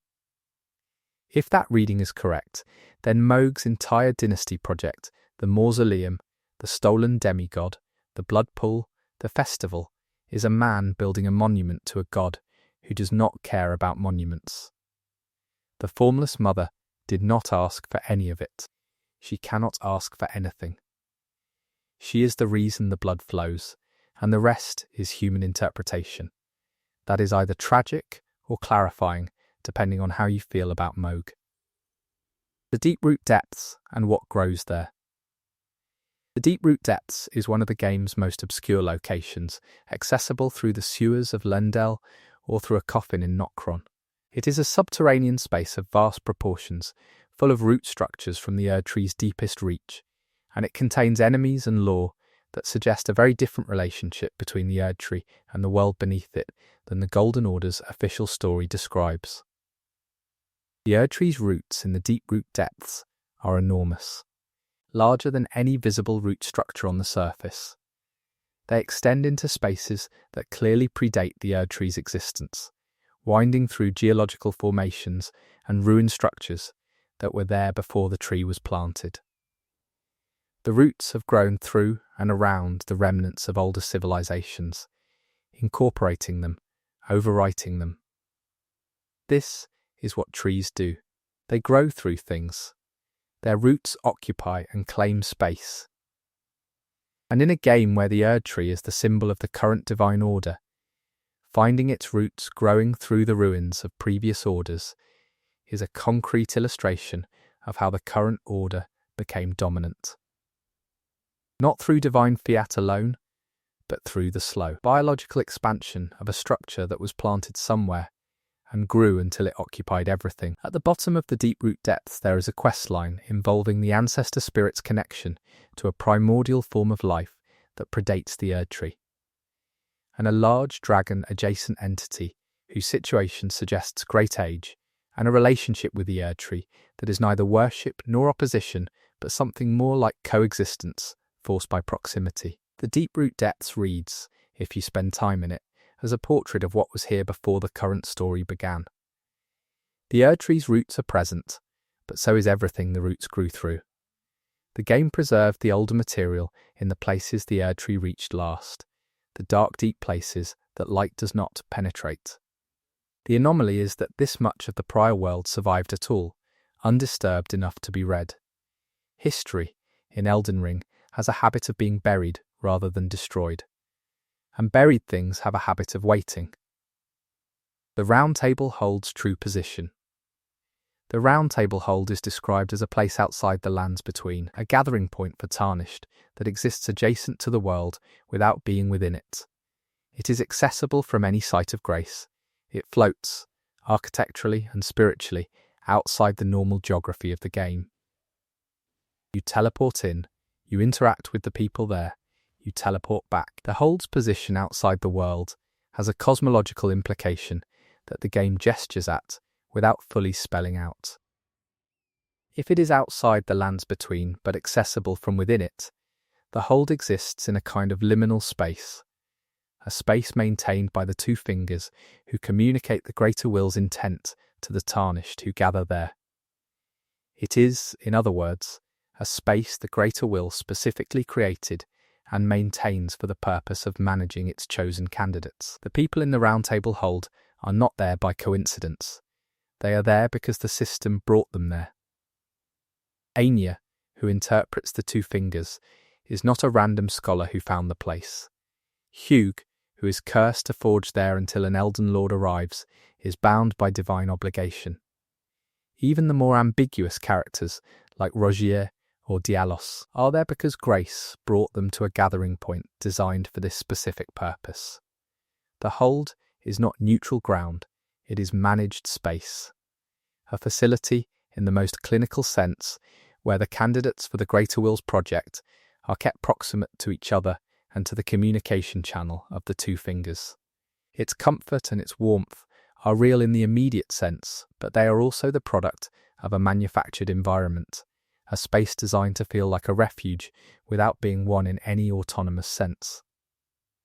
When Volcano Manor invades the hold through the Iron Fist's questline, the intrusion into this managed space is treated as a violation. Because it is. Someone reached into the Greater Will's facility and touched what was inside. The hold's apparent inviolability until that moment was a feature of its design. The violation was only possible because the Iron Fist's own divine mandate gave her the leverage to cross the threshold.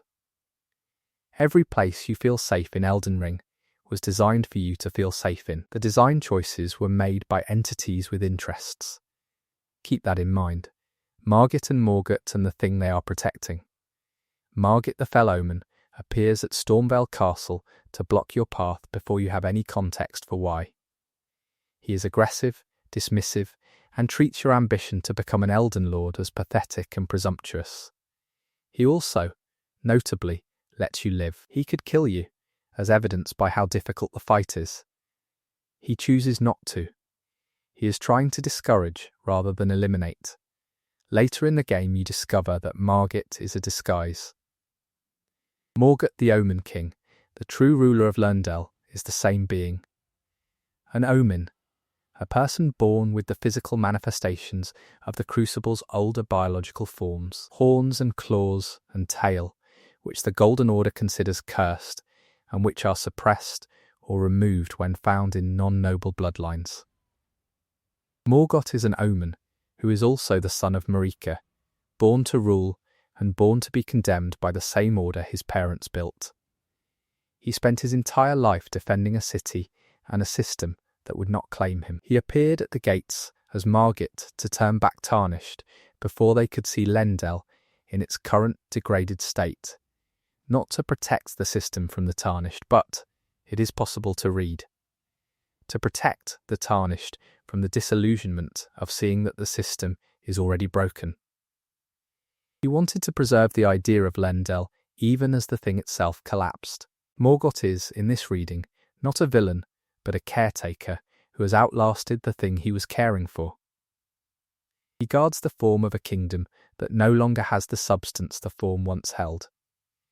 He puts on the costume of a fell omen to scare people away from a golden city that is already half ash. And when you finally fight him in Lendel, at his actual, he is genuinely sad about it, not angry. Sad, the anomaly in Morgott is that he is the most devoted servant of an order that rejected him from birth, and his devotion is exactly as complete and exactly as heartbreaking as that sentence implies. He is defending something that never wanted him. He is the most faithful Elden Ring has to offer, and it offered him nothing. The last grace and the quiet after. At the very end of the game, just before the final boss, there is a sight of grace. It sits at the threshold of the Erdtree's inner chamber, glowing with the same warmth as every other sight of grace in the game. You can rest there, you can level up, you can reorganize your equipment and your flasks and your summons and your spirit ashes. You can sit there for as long as you want. Almost everyone does. It is one of those moments that works as pure game design and as lore simultaneously. As game design, it is a checkpoint before the hardest encounter. As lore, it is the last moment of ordinary grace before you fundamentally alter the world. After you leave that site of grace and fight what is inside, nothing will be the same. You will choose an ending. The arrangement of the lands between will change. The grace that guided you will either continue in a new form, or cease, or transform into something else entirely. That grace sits quietly at the threshold. Warm, patient, offering you rest. Whether it knows what is about to happen, whether the greater will is aware that its chosen Tarnished is about to make a choice that will determine the continuation or cessation of the very will's influence, and whether its warmth at that moment is genuine comfort or strategic calm, is not something the game addresses. You take what it offers. You stand up, you walk through the fog, and the world ends as it begins, in golden light, moving towards something it cannot fully see. If you spend time in the open world of the lands between, particularly in the Liurnia region and the mountaintops of the giants, you will eventually encounter the walking mausoleums. They are enormous stone structures carried on the backs of equally enormous turtle-like creatures, and they move. Slowly, with weight, crossing the landscape on legs made of something between cartilage and bone, dragging the bells that hang from their shells across the ground and generating a sound that the game treats as a hazard. The bells produce a tone that suppresses the use of summons and creates a low rhythmic tolling that follows you across considerable distance. The function of the walking mausoleums, the lore-stated function, is to house the remains of demigods and other significant figures, preserving their remembrance so that it can be duplicated. This is their mechanical function as well. You enter them, you duplicate a boss remembrance, you leave. The mausoleum walks on. But consider the act of walking itself. These structures were built to move. Whoever designed them did not place them in fixed locations and did not anchor them to the landscape. They built a mobile burial chamber and set it walking. The question of why a tomb needs to walk is one the game never directly addresses, and the most obvious answers are also the most disturbing. One reading is that the mausoleums walk because the dead inside them need to be kept moving, not in the sense of the dead wanting to travel, but in the sense that a stationary burial site in the lands between becomes a fixed point that can be found, entered, and either desecrated or worshipped in ways that the builders did not want to permit. A moving tomb is a tomb you cannot easily settle around. You cannot build a shrine to it. You cannot send regular pilgrims. The mobility is a form of protection not just for the remains, but for the cosmological weight those remains carry. Another reading gets into the territory of what the remembrances actually are. The remembrance system implies that the act of killing a demigod produces a residue, something that crystallizes in the moment of their death and can be carried and duplicated. This is an extraordinary cosmological detail. Death, in the lands between, is not the end of information. The shape of a powerful being, compressed into a symbolic form, persists after the being is gone, and can be accessed by those with the right tools. If that is true, then the remembrances housed in the mausoleums are not merely trophies. They are preserved information. The mausoleums walk because the information inside them is too significant to leave in one place, too significant to risk, and the walking is a form of redundancy, keeping the record of who these beings were in constant, unpredictable motion rather than fixed in a location that enemies of that information could plan around. The bells that ring when you approach disrupt summoning. The remembrances inside allow access to the power of the dead.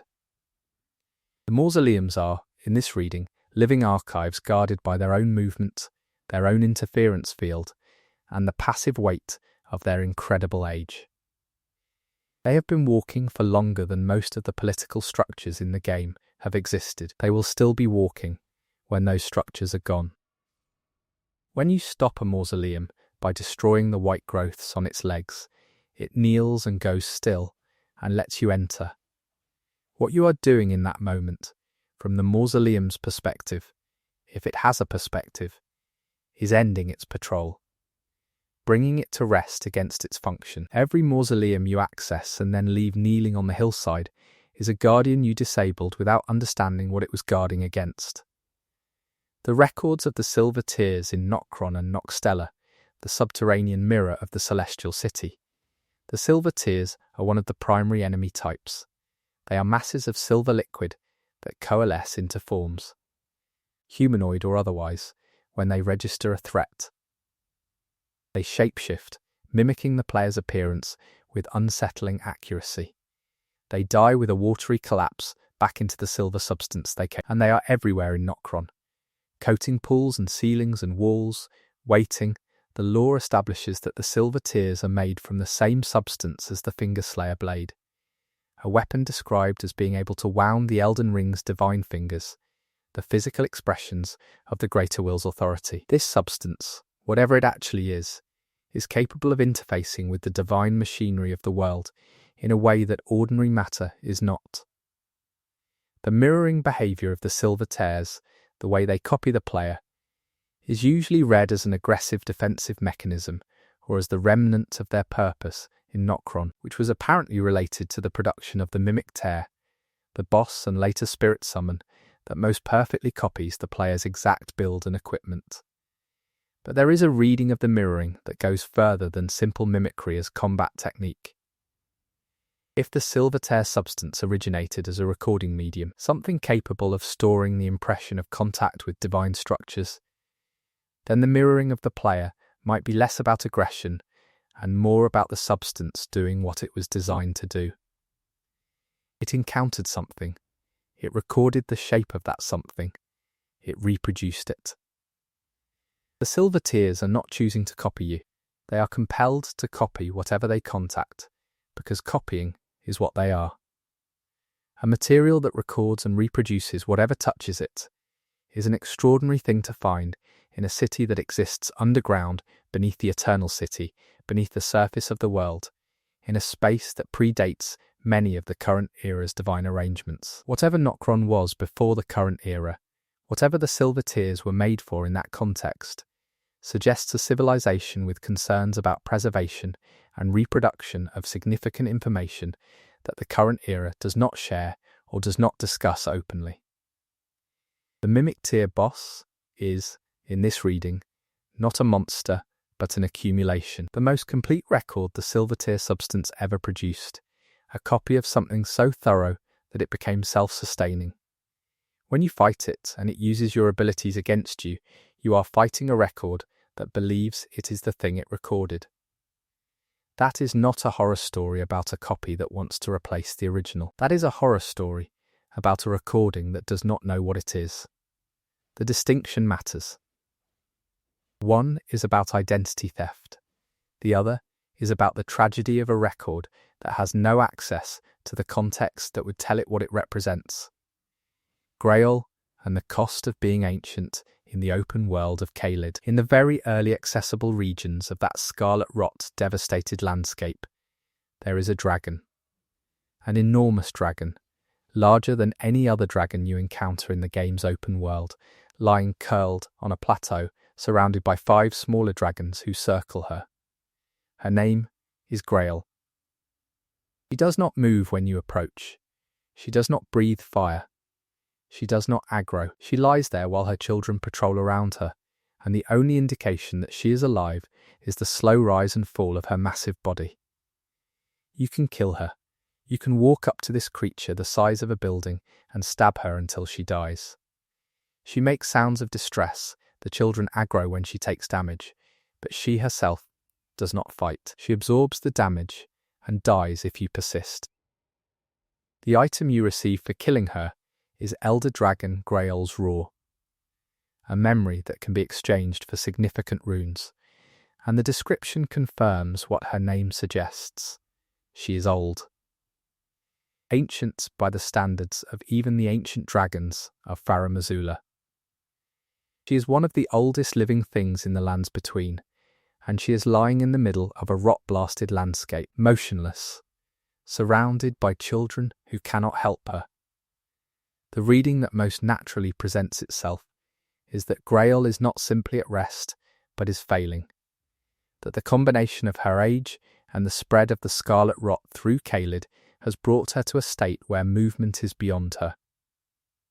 She is dying, slowly, with her children circling, unable to do anything except maintain their vigil, patrolling the perimeter of the only thing they have left.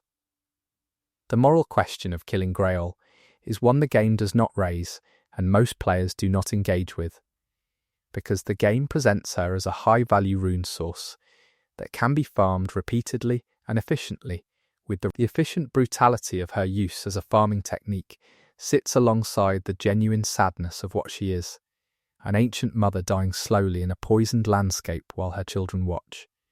And the game does not resolve that tension. It places both things in the same location and lets you decide which one to look at. There is also the question of what she was before Caelid became Caelid.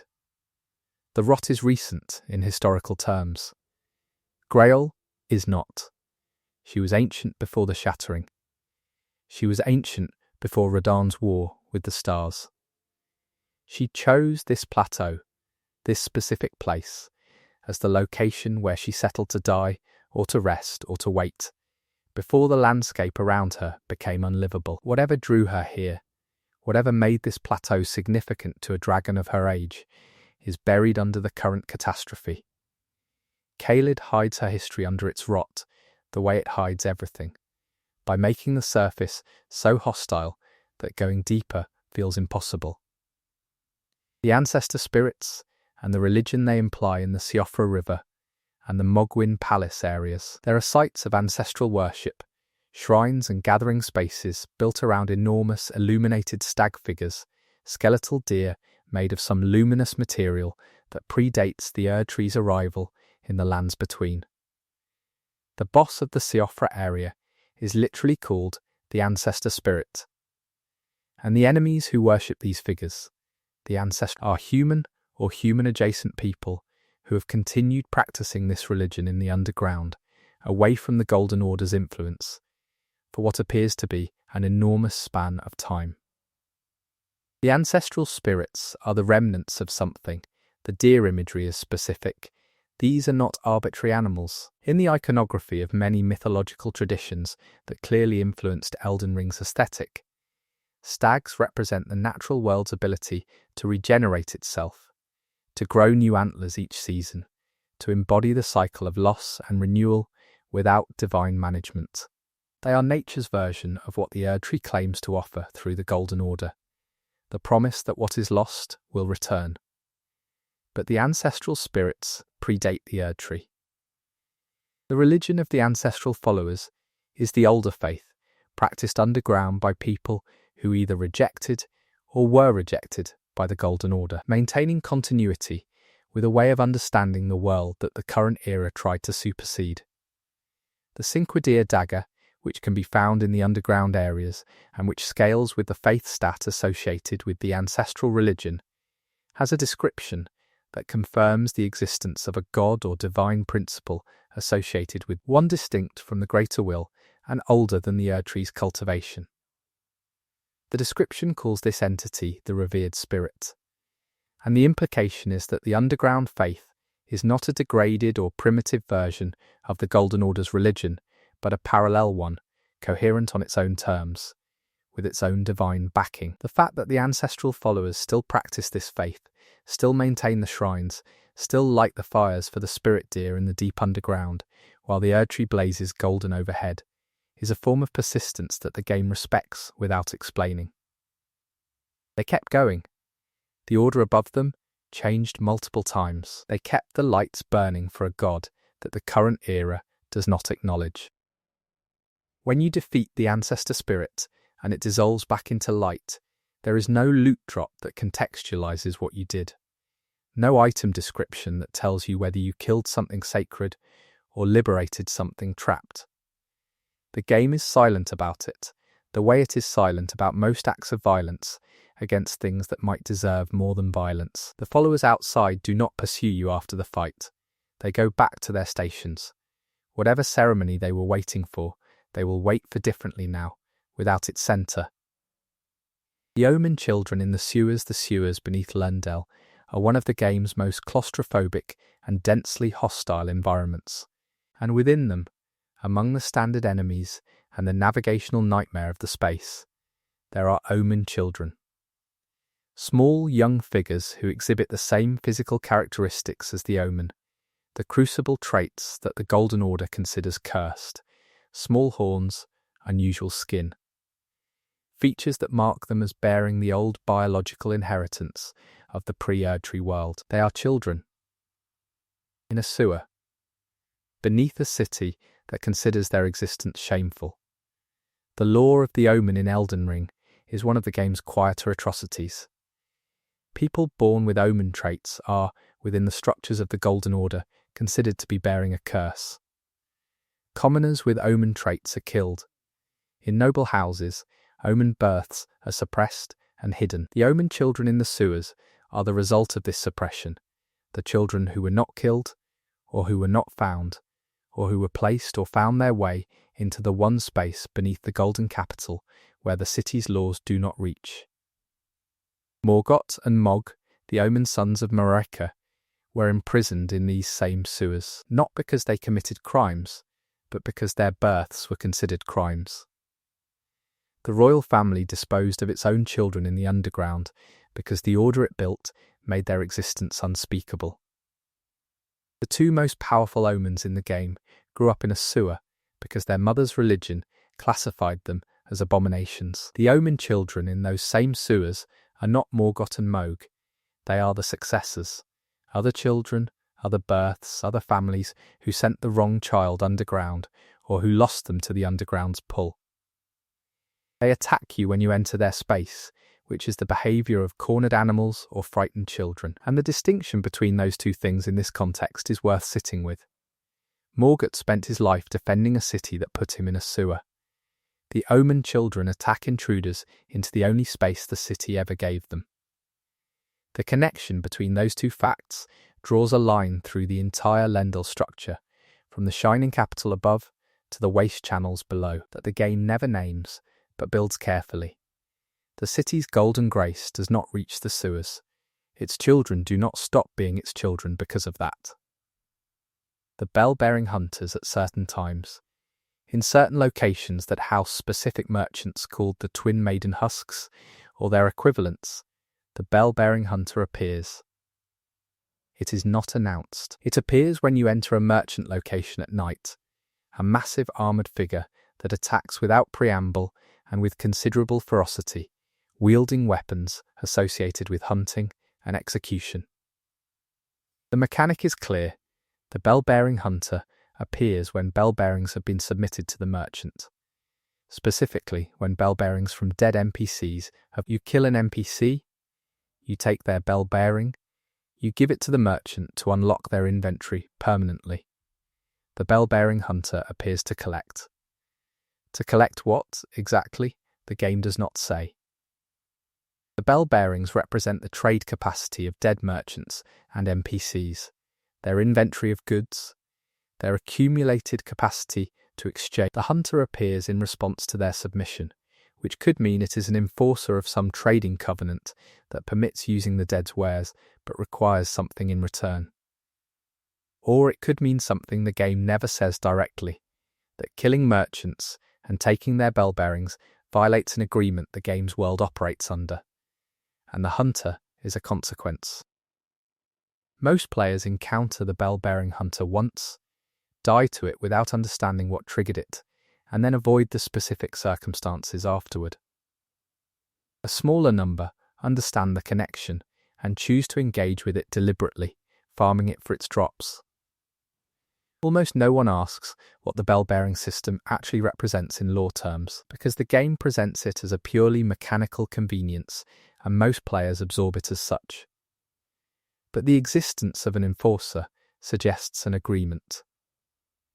Agreements have part. The bell-bearing system implies a covenant governing the movement of trade capacity between the living and the dead, and the hunter is proof that someone or something takes that covenant seriously enough to send consequences when it is violated. The question of who the hunter reports to, whose covenant it enforces, is not one the game answers. But in a world where merchant communities apparently operate under specific divine arrangements, where the bell bearings are described as items that contain the entirety of a person's accumulated capacity to serve others, the hunter is either a divine mechanism or an agent of something that benefits from commerce between the living and the dead continuing under controlled conditions.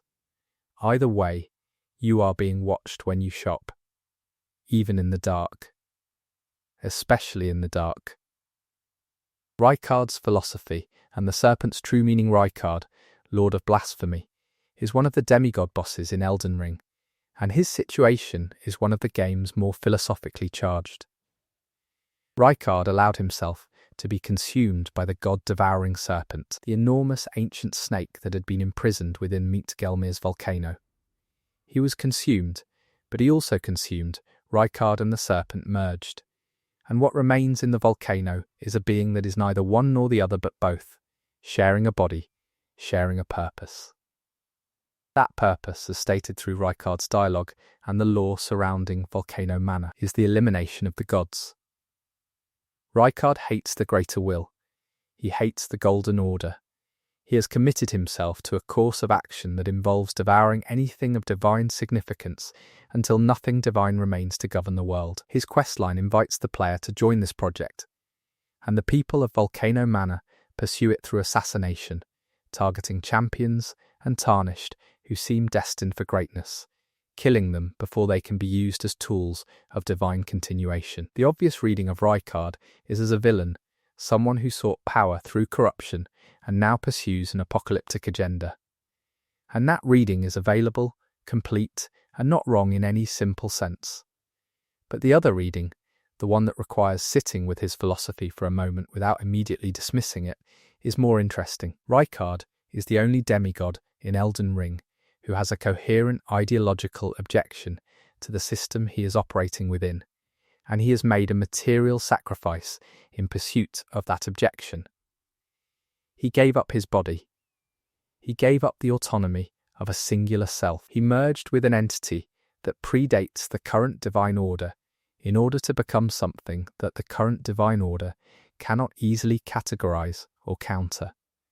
This is not the behavior of someone seeking personal power. It is the behavior of someone who understood what he was objecting to and calculated the cost of the most effective opposition. Whether his conclusion that divinity must be eliminated and consumed rather than reformed or replaced is correct is a separate question. But the diagnosis underneath it, that the Golden Order is a system of control rather than a system of care, that the gods of the lands between use people as instruments and discard them when the instrument breaks, is not wrong. Rykard saw the same thing the player gradually discovers across the course of the game, and he arrived at it earlier and reacted more radically. The volcano manor is in this light not a cult of evil, but a resistance movement that is committed to methods the game frames as monstrous, because the game's visual and mechanical language codes assassination as villainy. The targets of Volcano Manor's assassinations are people following the grace, people serving the greater will, people who the Manor's members believe will be used and discarded by a system that does not care about them. Kill the instrument before the god picks it up. That is the logic. You can agree or disagree with that logic, but it has a logic. And in a game full of people pursuing power for personal reasons, someone pursuing destruction for ideological ones is strange in a way worth registering. When you kill Rykard, the serpent's massive form collapses, and Rykard's last words are not defiance. They are disappointment. He thought the player might understand. He thought a Tarnished, someone who was exiled and used and called back for a purpose they did not choose, might see the architecture of the system and want to destroy it too. He was wrong about you. Or he was not, depending on which ending you choose. The game leaves that ambiguous very deliberately. The Knights' Cavalry and their endless patrol, the Knights' Cavalry, appear throughout the lands between at nightfall, mounted on enormous horses, wielding long weapons, patrolling roads and pathways that they do not deviate from. They are powerful enemies for the areas they appear in, and their patrol routes are specific enough that experienced players can predict their positions precisely. They are the most orderly things in a world full of chaos, maintaining their rounds with a precision that does not break regardless of what happens in the broader world. The lore of the Knights' Cavalry is sparse. They are described as ancient knights who serve a god of night, enforcing some old law or covenant that predates the current era. They appear only after dark, which is consistent with a divine mandate associated with the night sky, or with the power of darkness as a distinct cosmological force rather than simply the absence of light. But the specific nature of the old law they enforce is never identified. Their patrol routes correspond to roads that appear on the game's map as functional infrastructure, paths between locations that travellers and merchants would use. This suggests that the law they enforce is something like safe passage, or its opposite, a curfew, a prohibition against travel at night that the current era has forgotten, but that the Knights' Cavalry still upholds. The idea that there is a law against nighttime travel, enforced by ancient divine mandate, that predates the Golden Order, and that the Golden Order never officially repealed, because it never officially replaced it, is one of those details that gives the lands between a texture of accumulated history. The roads were built, the knights were appointed, the era changed. The knights did not receive updated orders. They are still enforcing a law from an age whose legislators are dust. Every player who dies to a Knights' Cavalry while travelling a road at night is, in this reading, being penalised by an ancient statute they have no way to know about. The law predates any living thing that could explain it. The enforcers cannot speak. The world contains a rule and its enforcement mechanism without containing any accessible explanation of why the rule was made.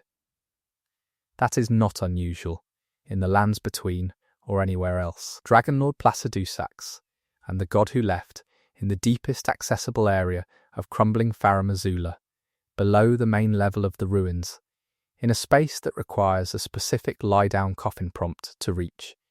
There is an arena containing Dragon Lord Placidusax. He is one of the optional bosses, and he is explicitly described as one of the Elden Lord from before the current age, the one who served a god who then abandoned the world.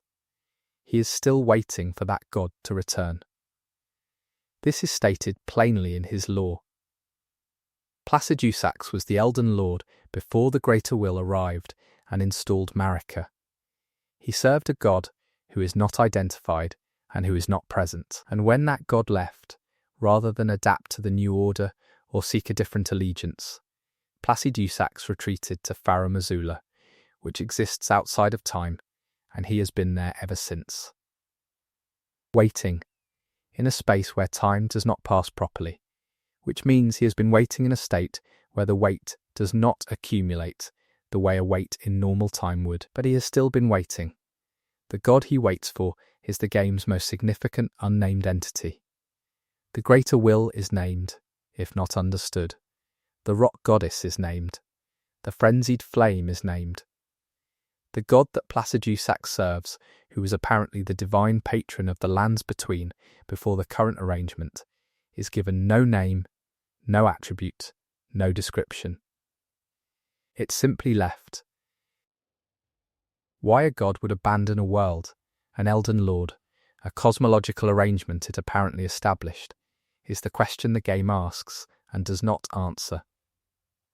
One reading is that the unnamed god saw the Greater Will coming and chose departure over conflict. Another is that the unnamed god completed whatever it came to accomplish and left on its own schedule, unconcerned with what it left behind. Another is that the unnamed god is the source of the frenzied flame, and the flame's persistence beneath Lendel is the remnant of that god's presence rather than a distinct divine entity. Placidusax's two heads are unusual even for a dragon. The lore suggests he had more heads once, that some were lost or removed during his reign as Elden Lord. A being who once had more heads than he currently has, who served a god who cannot be named, who waits in a timeless ruin for something that has not returned in an era that could accurately be called geological. This is the portrait of the deepest loneliness the game draws. And you fight him. If you choose to, you enter his arena and fight a dragon who is an Elden Lord before history, as anyone understands it began, who has been waiting faithfully in his temporal pocket, and you kill him. The game does not tell you to feel anything about this.